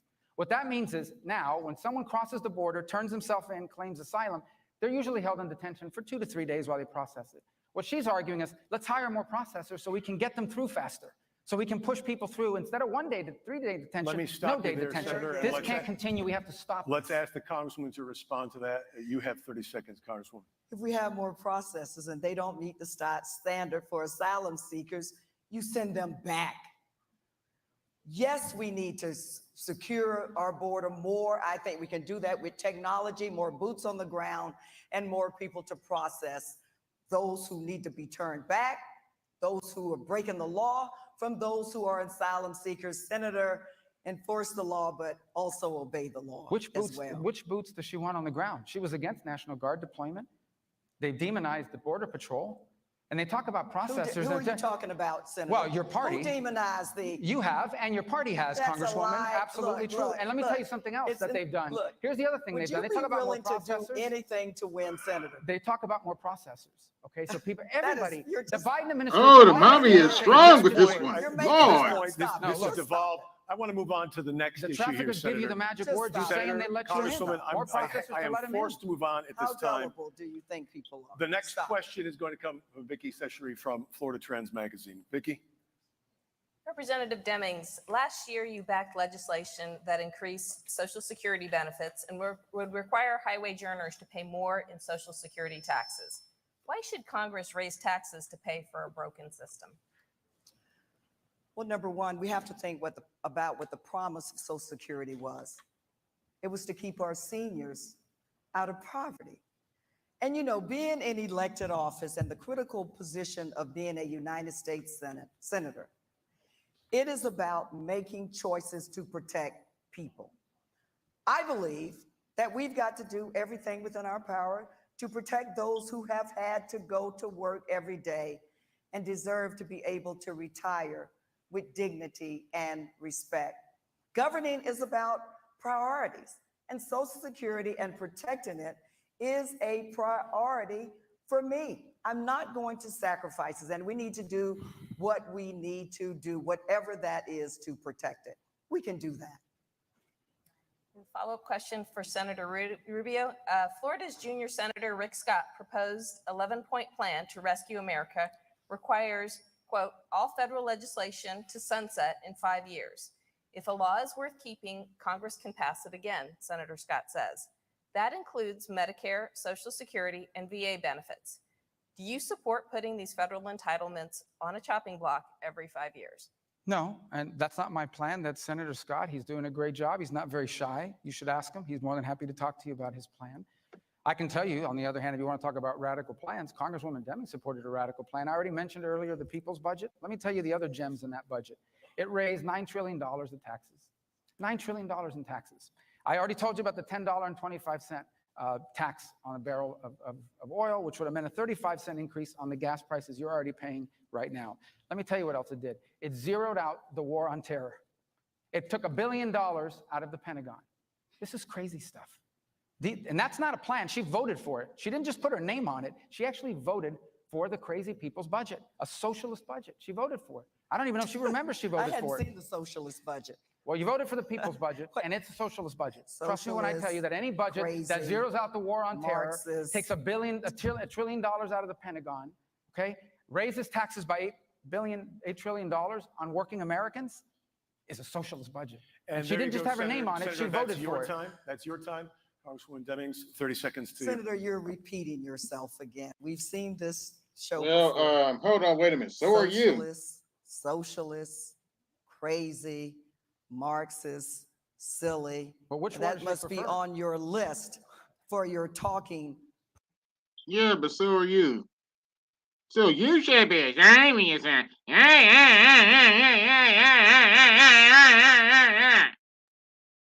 You're doing the same thing, so what's your point? Points. I'm just saying. The bottom line is you said that Rick Scott's plan, it's good to have good ideas. You did not say that you did not support it. I hear you saying that tonight, but when you were first asked about his plan, you said, I think it's good to have good ideas. You remember that? Congresswoman, Senator, you can respond. Yeah, that's Rick Scott's plan. He can defend it. He can talk about it. Her name was on that. The question people's was, budget. what do you think the about people's budget? The people's budget had her name on it. She was not just a co-sponsor 2 years in a row. She voted for it. There's never been a vote on Rick Scott's budget. She voted for this thing. $8 trillion in taxes, 8 or 9 trillion. I can't remember at this point. What's another trillion, right? You talk about all the other things that were in there. A $10.25 tax on a barrel of oil so that your prices go up by 35 cents. I don't know what word you prefer, socialist, Marxist, crazy. I don't know. I'm open to suggestions about how we Congresswoman describe Demings, such a nutty idea. Senator, that that's would destroy your the country. time. Congresswoman Demings. He's talking about the barrel of oil again. Yeah, everyone's talking about the barrel of oil these days. Look, you've been in elected office in Florida for 24 years.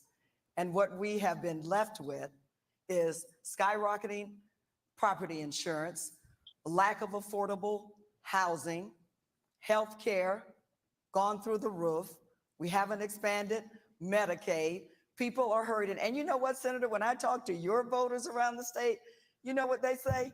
They don't know what you stand for. All right, Congresswoman, that's your time, and I'm going to move on to the next. We've spent a considerable amount of time. I thank you both. I know this had a lot to discuss, but let's move on. All right.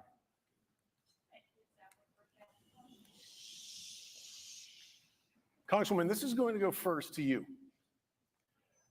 President Biden says the world is closer to nuclear Armageddon than at any time since the Cuban Missile Crisis exactly 60 years ago this month. Oh, boy. 3 times in the last week, Vladimir Putin has ordered Russian missile attacks on Ukrainian cities, targeting and killing civilians.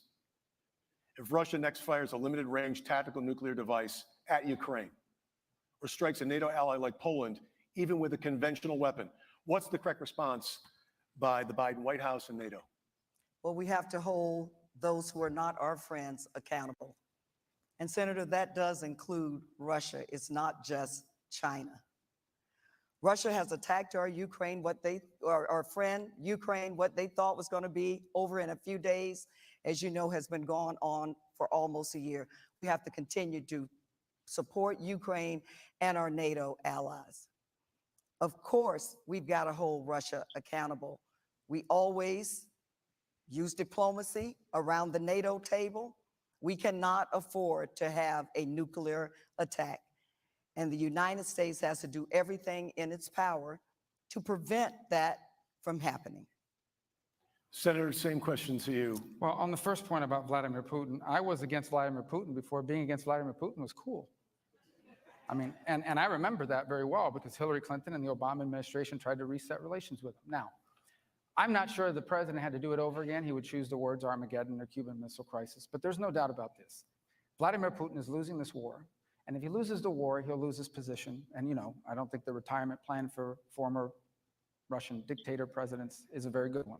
So I think he's very concerned about that. So I do think we have to be very wary, and I've warned about this from the beginning, about what he might do to escalate. One is the use of a tactical weapon, which is not a strategic weapon. We're not talking about him launching a missile against Chicago or New York, but we are talking about the use of artillery shells and short-range missiles in the battlefield, which would be unprecedented.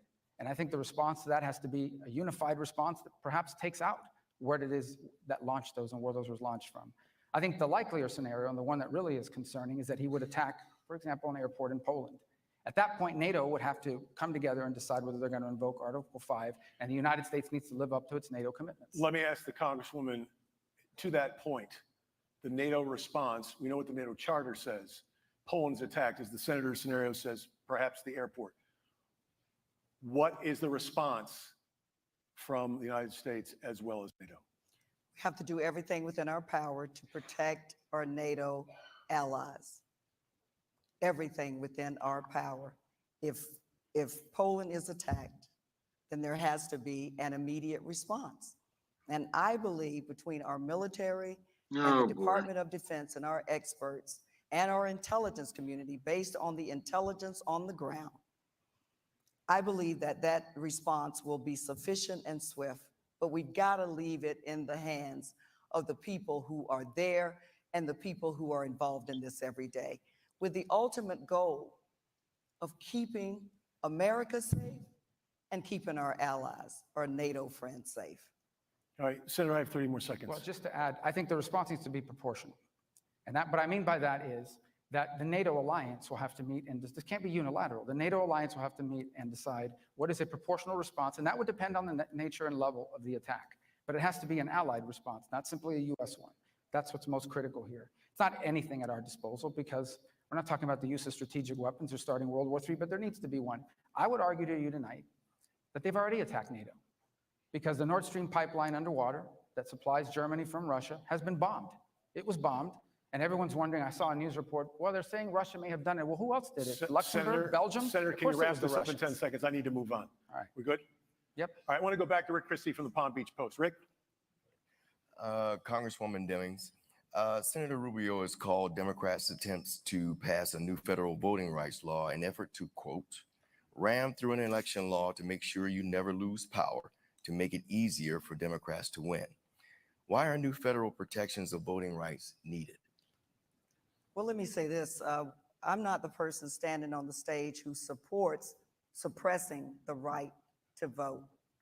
Look, I Answer the think about the question. words of my friend and former colleague, John Lewis, who said the right to vote is precious, that is almost sacred. And the senator thinks that we should leave that up to the states. Well, we tried that with voting rights, and we know the bad actors who did some ungodly things to stop people from voting. Here comes the So we mommy. should not just to protect the right for a few people or the privileged few, we should protect voting rights for everyone. And we Be need sure to a like and federal law to like keep the everybody accountable. be The be John sure to hit the Lewis like Voting button, Rights folks. Advancement Act is sitting in the Senate right now, waiting for a vote. The Freedom to Vote Act, which will help protect the right to vote for all people, is sitting in the Senate right now, waiting for a vote. That is our duty and responsibility to allow the people to vote. That's time. Rick, I know you have another question. This question is for you, Senator Rubio.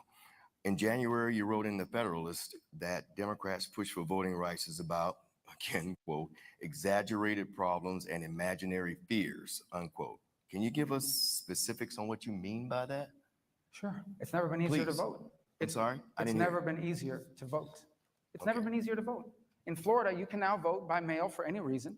You can vote, for example, 10 days before the election. You can vote on election day. In Georgia, which they claim to be the place that was suppressing all the votes, you had record African-American voter turnout.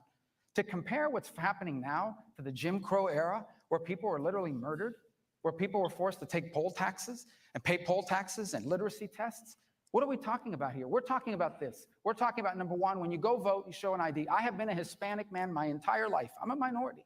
I've never felt like producing an ID disadvantages my ability to vote. Everyone has an ID. You can't even check into a hotel. You can't buy Sudafed at Walgreens without an ID. That's number one. Number two is you can't collect a bunch of ballots. Harvesting of ballots. Cars showing up with tons of ballots sitting in the trunk of a car.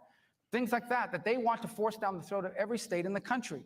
We don't need that federal law imposed on every state. Florida has very good election laws, and other states have very good election laws. And the states that don't have very good election laws are the states that actually have gone in the opposite direction of weakening security for the ballot. All right, Senator, thank you. Congressman, I want to go back to you for 60 seconds. Florida has an election law police force. And if the laws are so wonderful, what's the need for that? Florida also eliminated the number of drop boxes from 2020.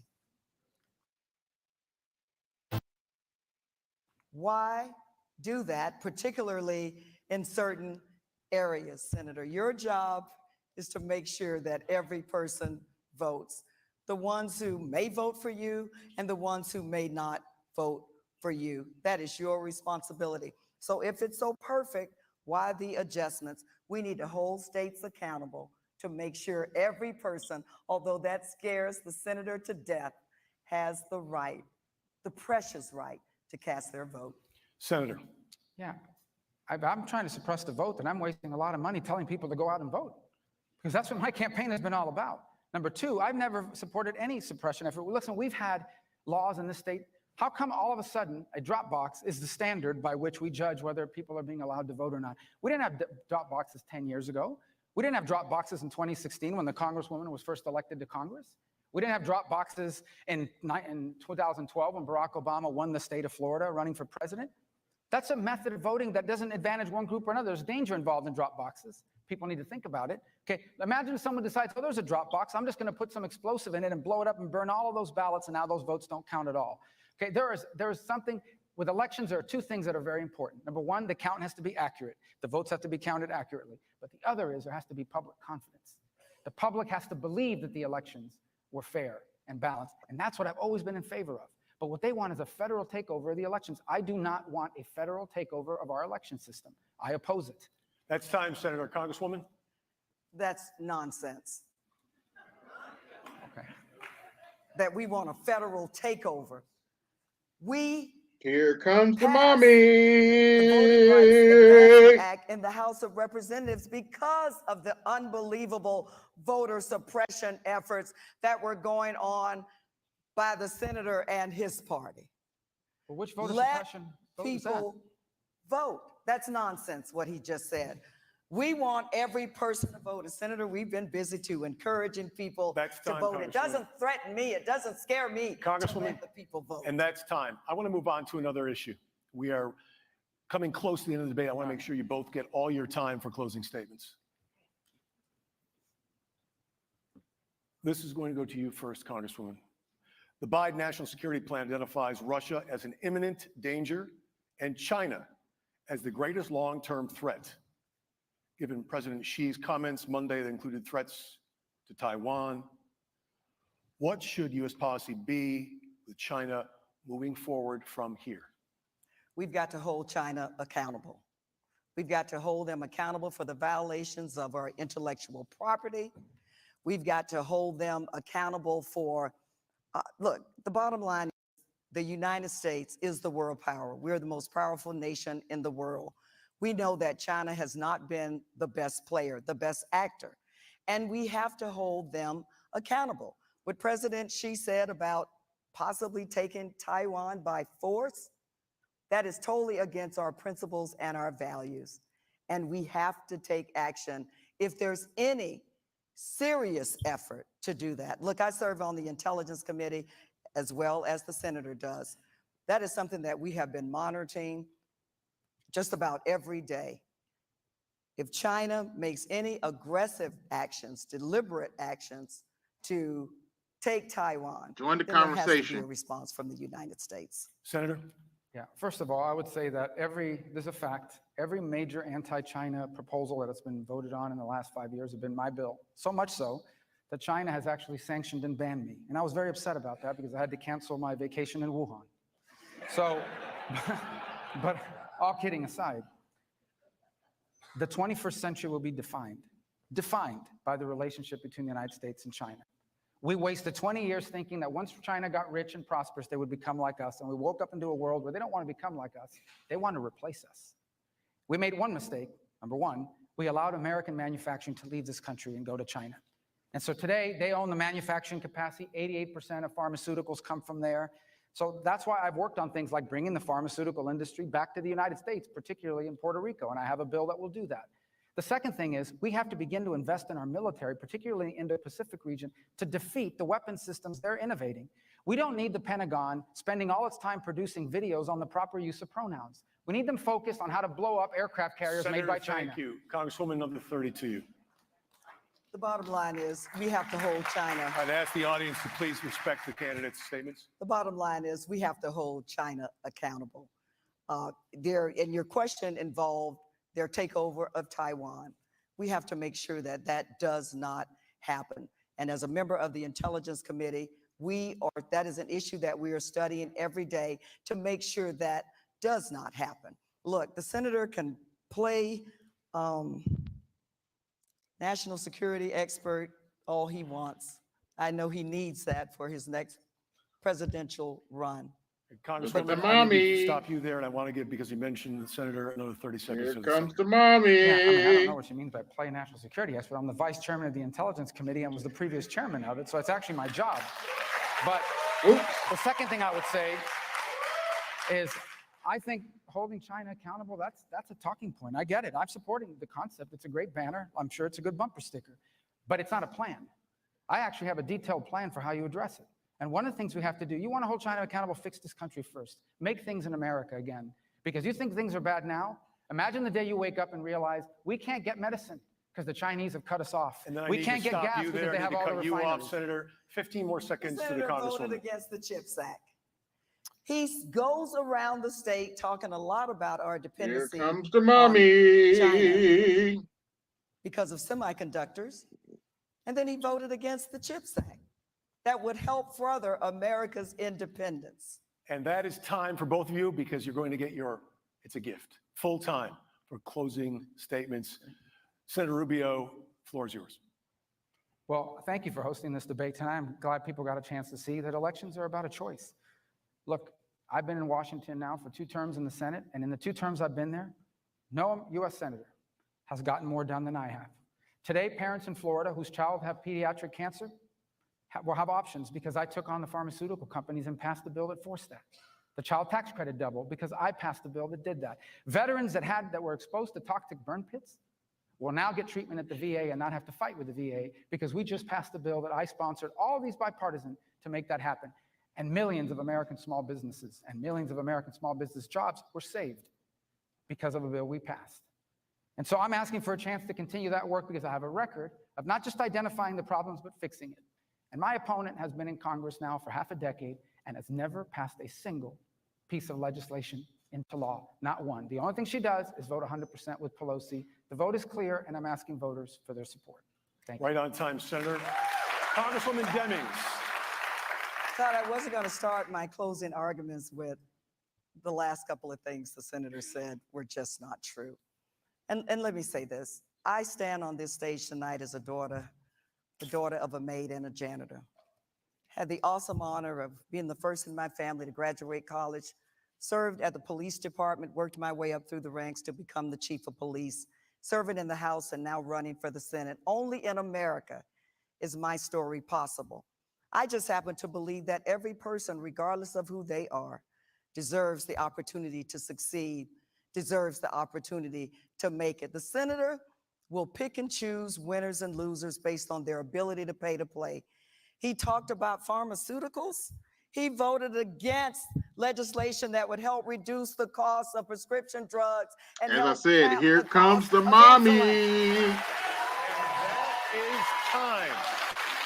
That is time. Senator, Congressman, thank you both so much for participating in this. We want to thank our audience across the state of Florida and on the... All right, those are the Florida debates. So, as I said before, here comes the mommy. You can't make this shit up. But yeah, those are the Florida debates. I covered the governor's debate and I covered the Senate debate. And as I said before, I don't care for the candidates in the governor's debate. Pick one. As far as the Senate debate, you heard me. I said, "Here comes the mommy." She spent the whole debate trying to mommy Marco Rubio. Well, now the white man knows what it feels like. I'm just saying. Now Republicans know what it feels like to be mommied by a black woman. They do this to black men all the time. Now you know what it feels like. But hey, those were your Florida debates. And if nobody's gonna come up, I'm about to get up out of here. This is AB Media 83. And I'm out. Peace. Yo, this is AB Media 83. Want to support the channel? Hit the Cash App. Also, be sure to like, share, and subscribe to the video. Also, be sure to hit that bell notification so you can be notified the next time I upload a live stream or video. And always remember, keep it grinding, keep it pushing, keep it moving. This is AB Media 83. And I'm out. Peace.